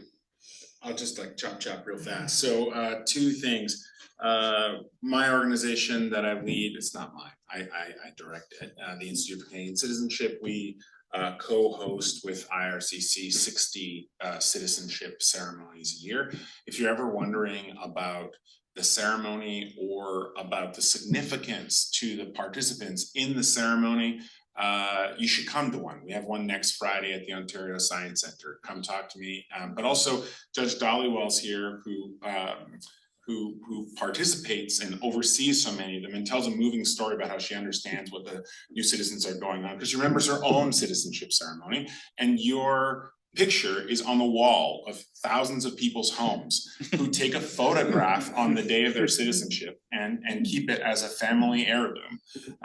Our ceremonies also have roundtable discussions with the new citizens and their friends and family beforehand, so you can talk to people about what the journey means. So come talk to me, let me know. The second thing I'll add is this whole one-click thing reflects a greater disrespect within IRCC for citizenship in general. As Andrew was saying, it's like the forgotten stepchild of immigration, refugees, and citizenship. And the officials within the ministry refer to people awaiting their citizenship as inventory. That's the word they use. I'm not joking, they do it all the time.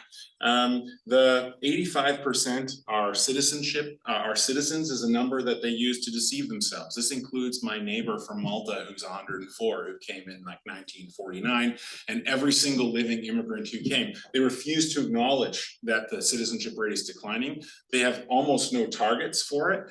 And they're just looking to pass people through the system. They don't do them on evenings. They don't do them on weekends. People have to take a paid day, an unpaid day off to go and do this. Why would you, given all the economic pressures that you're facing? So if we don't take it seriously, why should other people? And we should not be surprised that the citizenship rate is declining when Canada as a society says, man, whatever. That's not a good thing. So we shouldn't just look at the people who are not taking the citizenship test first. We should also look at ourselves, and the message we're sending is that this is fundamentally unimportant. It's a luxury. And so people are responding that way. I think that's really too bad. Thank you. I'm going to tell a quick anecdote about this. And I am also in broad agreement, but I mentioned to you earlier a policy by a previous government that forbid women who cover their faces from swearing the citizenship oath. I was on the legal team for that case. The woman's name was Zanera Ishak. And one of the reasons that the government gave for why she couldn't swear the citizenship oath in a ceremony with everybody else is that by wearing a niqab, she had segregated herself from the Canadian community. She didn't want to be a part of it, and through her attire demonstrated her unwillingness to integrate. Eventually, she won her case. The government was not happy about that, and so if I may say, grudgingly scheduled her citizenship ceremony on order of the federal court. It was in the middle of an election campaign, and they ordered that she be able to swear the citizenship oath in time to vote, which she did. But they scheduled it as an individual citizenship ceremony inside the citizenship judge's office. There was not enough room for her own children in there. I was able to attend, a few other adults were able to attend. We were shoved into this very small office, and she expressed great delight and gratitude and pride at swearing the citizenship oath that day, but also expressed her disappointment that she was unable to do so with other people swearing the citizenship oath together in a large kind of communal way, with her children present, with her family present. And that really stuck with me as a kind of indication of the importance that it can hold for people and the value of it. At the same time, and I'll just, not to take away from that at all, but to say, I think there's real merit in that facilitation aspect. I would be cautious and remember to avoid the kind of disciplinary aspect of it, right? It used to be the case. People, of IRCC were required to go down and make sure people's lips were moving while they were swearing the oath, or, those kinds of things. We don't need that kind of thing. It's not a disciplinary exercise. Its value lies in its inclusionary exercise, and there is real value in it. And I believe that there are many people who genuinely enjoy and celebrate doing it in community, and it's absolutely worth preserving. Thanks so much. That was, you really learn a lot through these things, and I'm so grateful to all of you for being so generous with your positions. So we can open things up now for, let's see, 20 minutes or so, maybe a little longer. So we'll go in this direction, there, and then there. Yeah, second. No, we've got one here, Andrew, and then, yeah. So just two Okay. points, as you raised the niqab thing. Could we have a microphone so I could hear better? Yeah, no, and so our audience online can hear it better too. I'm gonna be like a game show host and walk around. A new car. Yeah. Thank you. So just a couple of things. Firstly, on the niqab thing, we mentioned anti-Arabness and racism. And I would point out that during COVID, when everybody was wearing masks, suddenly you were allowed to say the oath with a mask, with a niqab. We weren't actually allowed to ask people to remove them. So I won't say anything more about that because I think it's obvious. The second thing about this reduction in the amount of people applying for citizenship, what element do you think has played in the recent past, or the impact of COVID has been exacerbated by the fact that was it 2015 or the 2019 election, where the government said they were going to cancel the application fees for citizenship applications? Because my impression was that there was a whole load of people that just stopped applying because they figured within a year or two they could apply without paying fees. Great. I'm going to take two more questions. That was a really good one, succinct one. It really is Phil. Thanks, everyone, for your comments. So my question is whether it wouldn't be helpful to surface something about how the model of migration is changing that I think was remain below the discussion. So if we think the sort of historical or traditional way we think about immigration, maybe a stereotype from the late 19th century, early 20th century, immigration is a one-time, one-way journey that someone gets on a boat and comes to a country like Canada, and that's it. And in that context, many of the issues that you've talked about would not arise. Canadians of convenience, birth tourism, even retention and so on. In the 21st century, if a university graduate gets on a plane in Singapore or Mumbai or Lagos, there is no expectation that that is a one-time, one-way journey. So is part of the problem that we're expecting 21st century migrants to behave as if they're 19th century migrants? Okay, so one here and one there, and then we'll go to our. Thank you. First of all, thank you very, very much for this event. Immigration citizenship policy is the most important topic of the day, and we're not talking nearly enough about it. I'm an immigration lawyer. I'm also public affairs liaison of the citizenship section of the Ontario Bar Association. So my perspective has to do a lot about how immigration and citizenship is practiced on the ground. Going back to the first of the meeting, citizenship policy really is a reflection of the country's identity. That itself is a big question mark. But what we have today is what Samina said. It's all about the economy, right? 60% of the immigrants that we take every year are economically selected. 16% of refugees, let's not talk about them, we're not selecting them. 24% are families of those economic immigrants. And the economy, how are we selecting them? Skill, right? This buzzword, and look at this skill. So I really want to put it before the panel. What do you think about our selection policy, right? Because that really is determining who we're bringing to the country, which isn't self-determining who the country will become. And are we a nation of economically surviving people? So why aren't we doing the selection better? I'm going to give you an example. In that selection criteria, if you have work experience at NASA, you get the same exact points as you have an experience working for your uncle. If you have educated from Harvard, you get the same exact points if you did from a God knows college from nobody cares where. So this is how we're selecting the future of Canada. I really want to put it before the panel to opine on. Thank you. So one more, and then we'll second round. Okay. Thank you. Two quick questions. So I'm an immigrant myself. I came here as an international student. I'll be able to apply for my citizenship next month, and I'm really excited. So a lot of you touched upon the belonging aspect of immigration. I'm just curious, because as an immigrant, I think it's fairly easy to get your status in the country, but getting settled and finding your footing in a new country is a lot harder. How do you actually work the question of belonging into public policy, because it's such a big word? And my second quick question is to Daniel. I did read your report very carefully that came out earlier this year about the declining citizenship rate.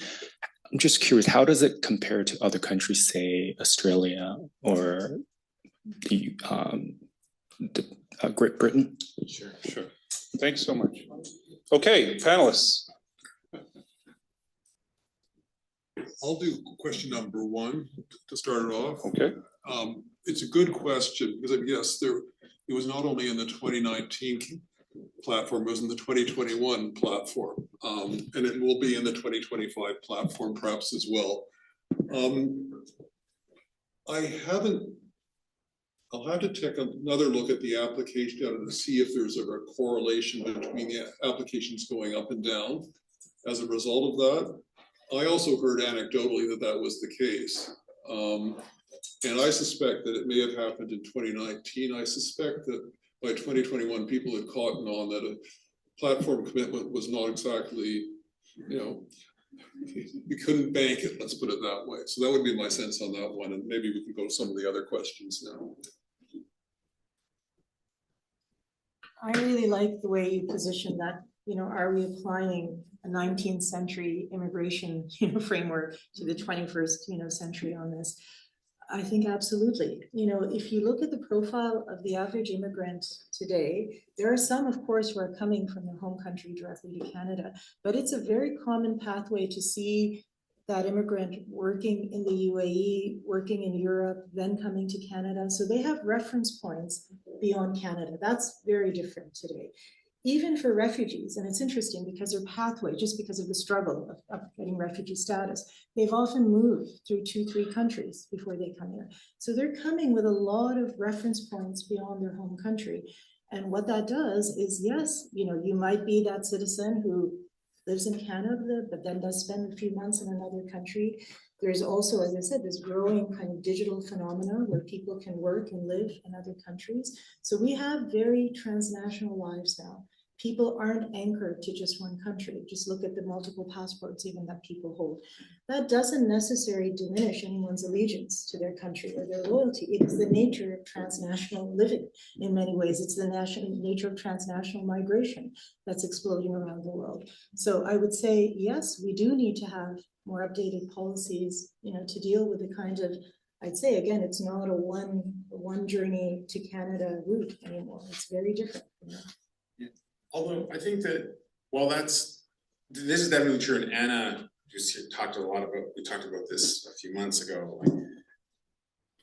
In my opinion, I think it just means that we got to work harder. So yeah, you have 2 or 3 passports, you can live in 2 or 3 places, but why isn't this the one? Right. And you mentioned that, the taxi driver with a PhD, that trope, which is unfortunately so true. I think if we can get past some of those barriers, then we can change things. Like, just because people have options doesn't mean that they'll automatically not choose Canada. And so it just means we have to work harder. This is the mindset shift that I was talking about earlier. We still see immigration as a manifestation of our compassion. That we talk about how many people we let in, right? That people come with bad lives and they let them in as a prosperous country. That's all great. And what we need to start doing is thinking about immigration as a manifestation of our ambition. And that we're competing for talent with other countries. Yes. And then if we don't deliver a positive experience, people will leave. But also, if we don't deliver a positive experience, we will lose. Because that doctor is a doctor that is not treating you and you are in a lineup, right? That doctor doctors, you know, every time that they've stopped calling me now for the stories in the media about the internationally trained doctors, because I yell at the journalists all the time, right? Like, this is not about the poor doctor who can't practice. I mean, it sort of is, but what you should really go do is go find all the grannies who can't get their hips done and ask them about the international doctors who are trained and accredited and can't work. So we need to realize that this is about us, not about immigrants and our charity to them. Until we figure that out, we will, our services, our perspective on citizens, all of it will be misdirected. 100%, and Daniel, I'd say you expressed it eloquently. There is a global competition for talent right now. So it isn't, again, the sort of charity, you know, or this is a charitable, you know, act. Perhaps to an extent with refugees, but even refugees would say their desperate struggle to finally find status is one where they've had agency. This isn't a charitable act in the end. So I agree, we have to work harder. We have to have approaches that actually attract and retain immigrants. That is our bigger struggle right now and challenge. One of Maybe the I can- ironies is that when you refer to charity, in fact, I would argue that our policy is anything but charitable. It's self-interested in terms of the proportion that we select for economic reasons. So it's a kind of interesting dynamic because yes, there is an element we think we're doing them a favor, but the only reason we're doing them a favor is that it's actually in our interest that we need these people to do all the things that we have labor shortages. So it's a very interesting dynamic that's going on. I think we also need to recognize that in all of this, citizenship plays a very small role, right? So putting a burden on citizenship law and policy, how we attribute citizenship by birth or naturalization, I mean, we should facilitate it. I am all for that. But the idea that we can, through manipulating our citizenship policy, make people want to stay is probably putting too much burden, a burden that citizenship law and policy cannot bear.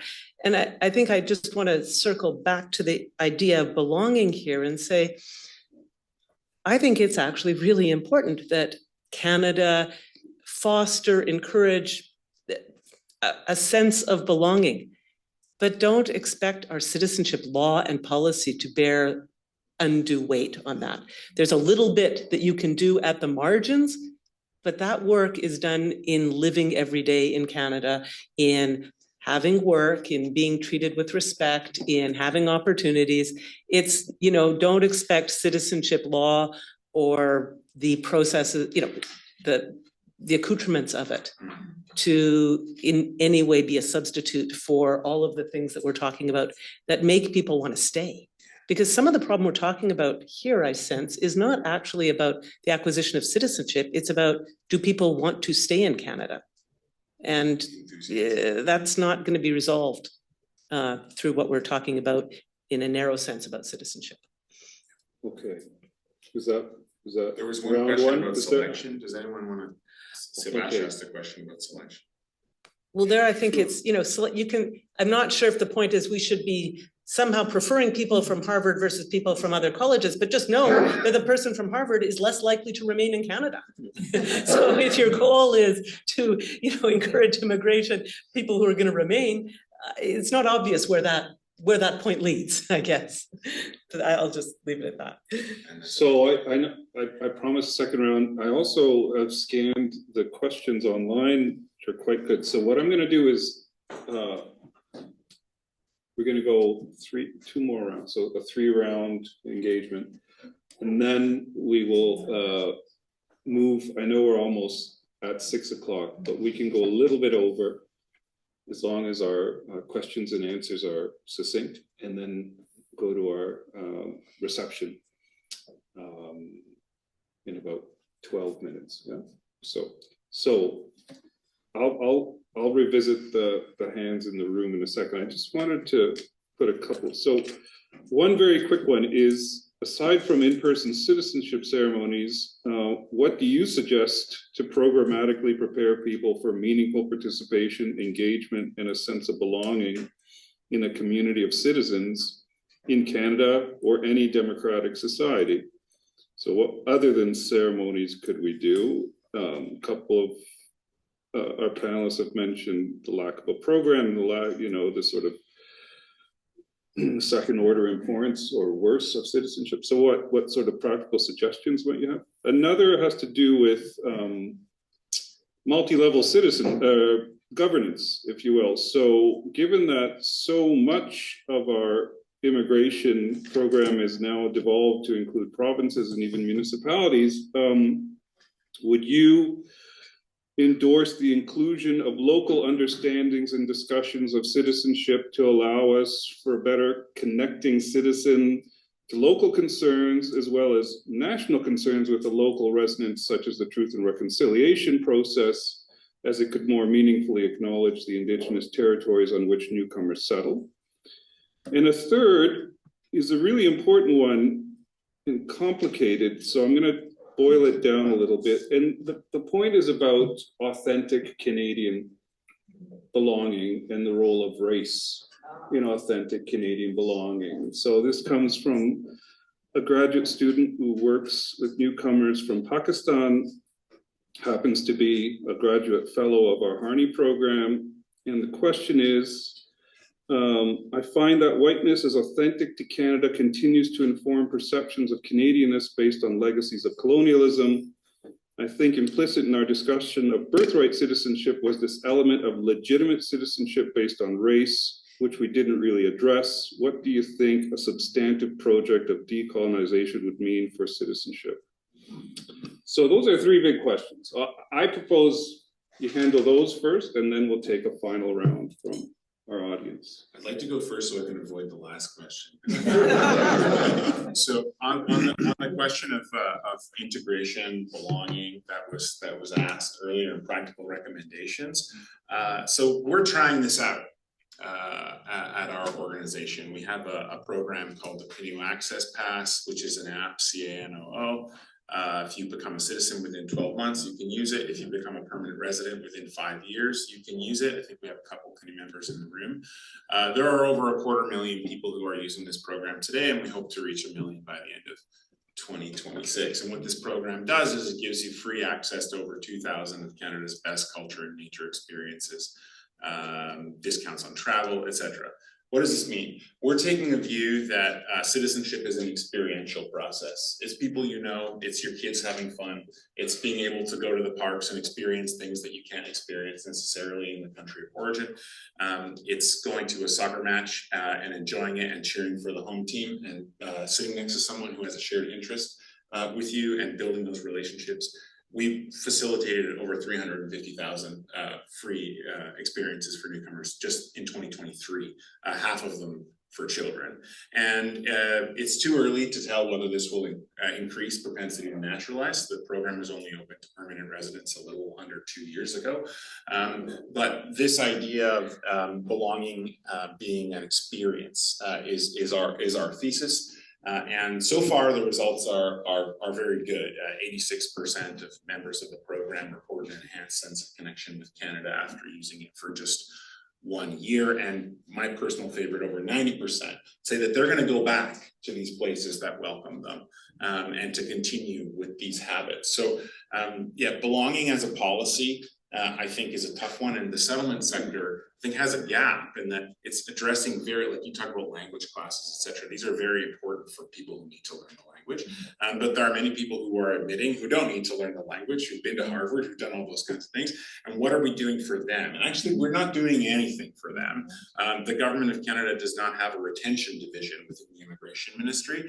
They don't look at the targets. And it's sad that we're actually one of the first ones to even bother looking at this question. And we released a report at the end of October. So that's what we're trying to do. And anyone else who wants to talk about belonging, cultivating belonging at scale, come talk to me, because I'd love to gain your ideas. But this is the best approach that we've been able to think of. Samina, do you want to come in on that? Yes, I agree completely. We're taking that route of building community and excitement about citizenship through language, but there's a whole number that's out there that doesn't need the language classes. I would love to see partnerships between settlement agencies, your organization, other voluntary organizations, and we create citizenship communities. So there's online or other approaches where you could learn together, that it's fun to learn, it's incentivized, from the kind of thing that you mentioned, an app. We have so many private sector donors who come to us, Canadian Tire, others, they're offering, we want to take Canadians, we want to take newcomers skating, we want to do something with them. We need to incentivize all of this. This is part of the Canadian experience. And that's what we don't have. We don't have a program. That's what I said. We have procedures on citizenship. It's a transactional procedure.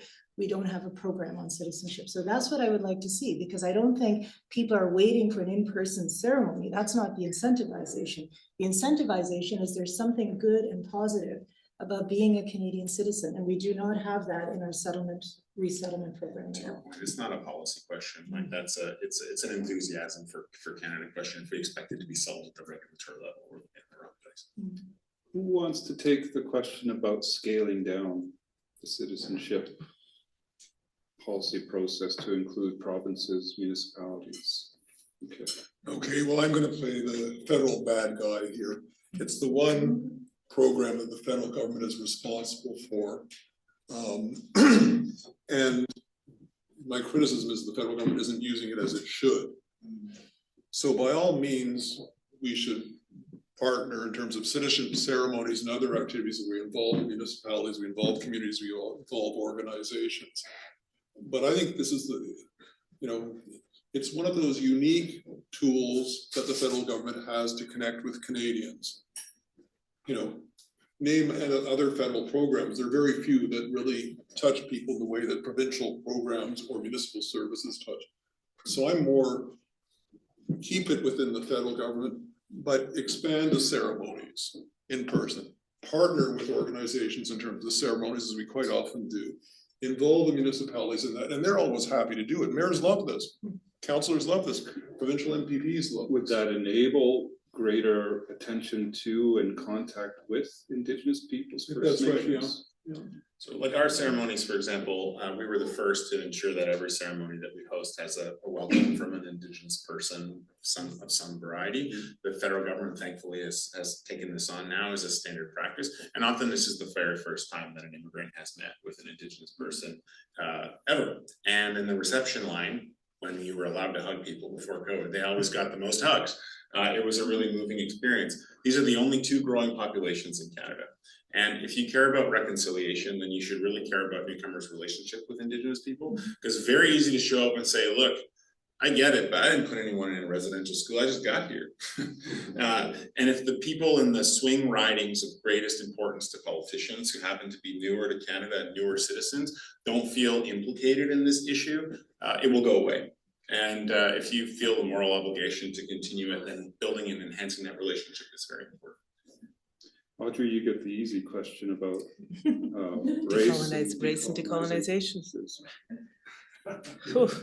You're gonna get in fast. Immigration and citizenship in Canada, everywhere, has always been about race. It's never not about race. So it's really hard then to step outside of it and imagine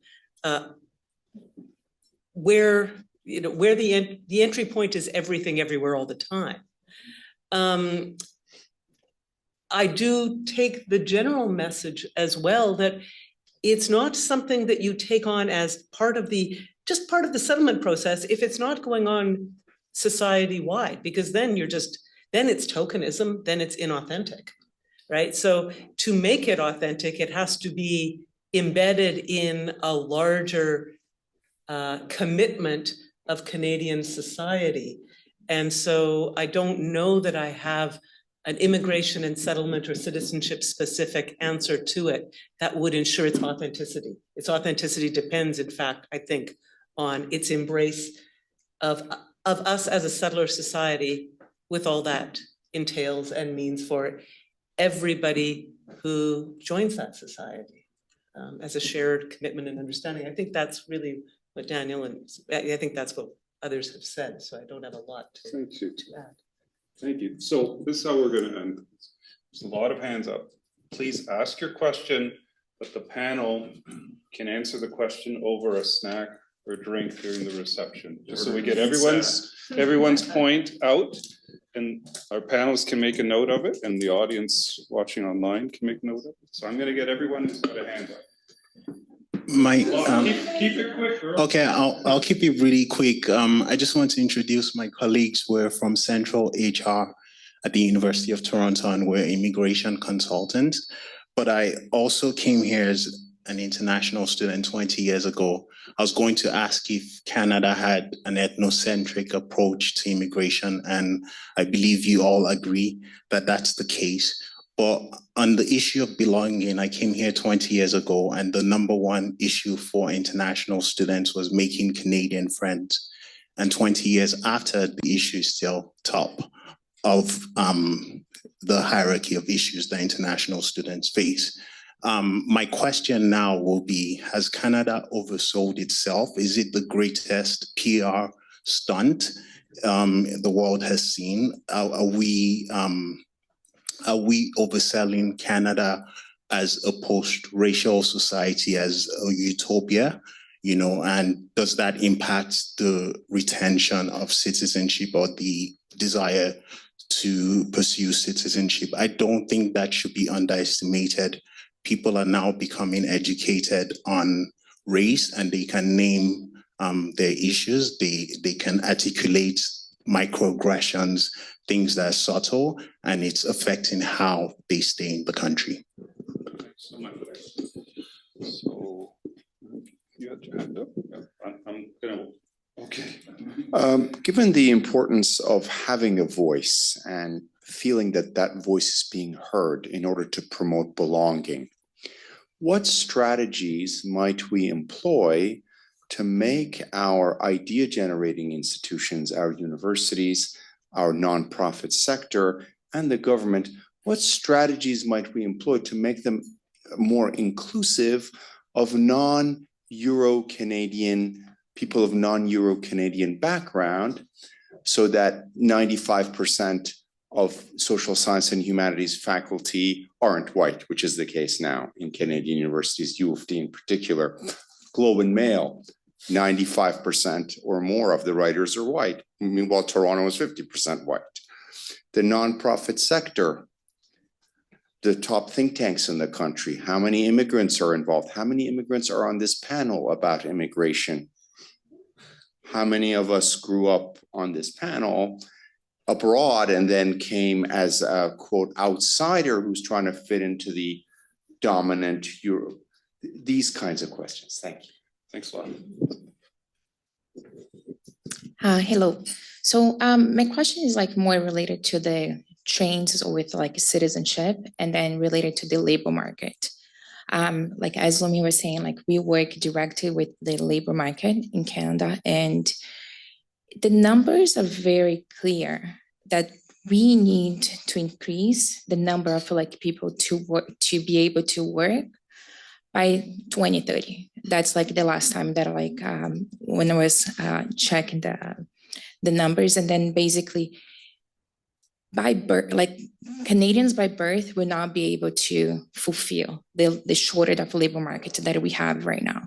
So the issue that I see now, it's like by 2030, we will have like two issues if we don't really increase through immigration, right? Like we are either increasing the age of like retirement, or you are actually increasing the taxes that we are paying. Because by then we are going to have like one person in the labor market for one person, for one retiree. I don't think that this discussion is really like up there in the news. And then we tend to see this citizenship and immigration as we were saying like charity, but in fact, it's something that Canada really needs. And for us who are here, and then it goes back to the economic issues that we have, like that's just you tend to be even like worse if we are seeing like increases in like taxes and etc.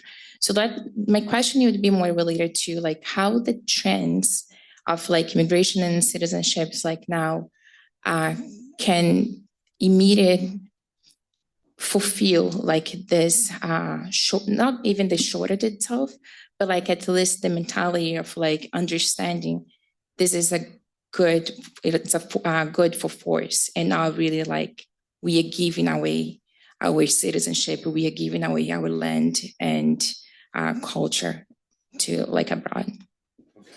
Thank you. Thank you. You've had your hand up in round one, so you've been very patient. Thank you, sir. No problem. Many countries had single one citizenship, the law, versus Canada, multinational citizenship honored. In a global affair, sometimes people observe that conflict because the Canadian citizen that happened to another country's citizen. In this case, how you recommend the policy or the politician to handle this situation? Also, someone who had their hand up earlier, and then I think you, and then I might have to. Yeah, thank you for a very interesting discussion. I have one suggestion and one question. One is whether, or a question for you, whether local voting rights for permanent residents would help increase the citizenship uptake. And the second question is, I'm puzzled as someone who is European by origin by the fact that kids born in Canada get citizenship, but the parents could be undocumented, in which case the Canadian state wants nothing to do with the parents. The best interests of the child are not taken into account. We all remember, I think it was last year, when a family of 4 drowned trying to cross the United States. The parents were undocumented there, were refused asylum seekers. Probably they were not, like they couldn't satisfy any of the requirements, but they had 2 toddlers with them who were Canadian citizens. So what would be your suggestion to that? Okay, thank you very much. Thank you. My name is Avosh. I'm one of the program managers leading Canada's probably most trusted starter visa program at Spring. And I think I've personally helped over 250 clients, businesses, startups come to Canada successfully. It's always rewarding seeing their faces with their families here. And I think my question is somewhat also open to everybody here. I'm a naturalized Canadian.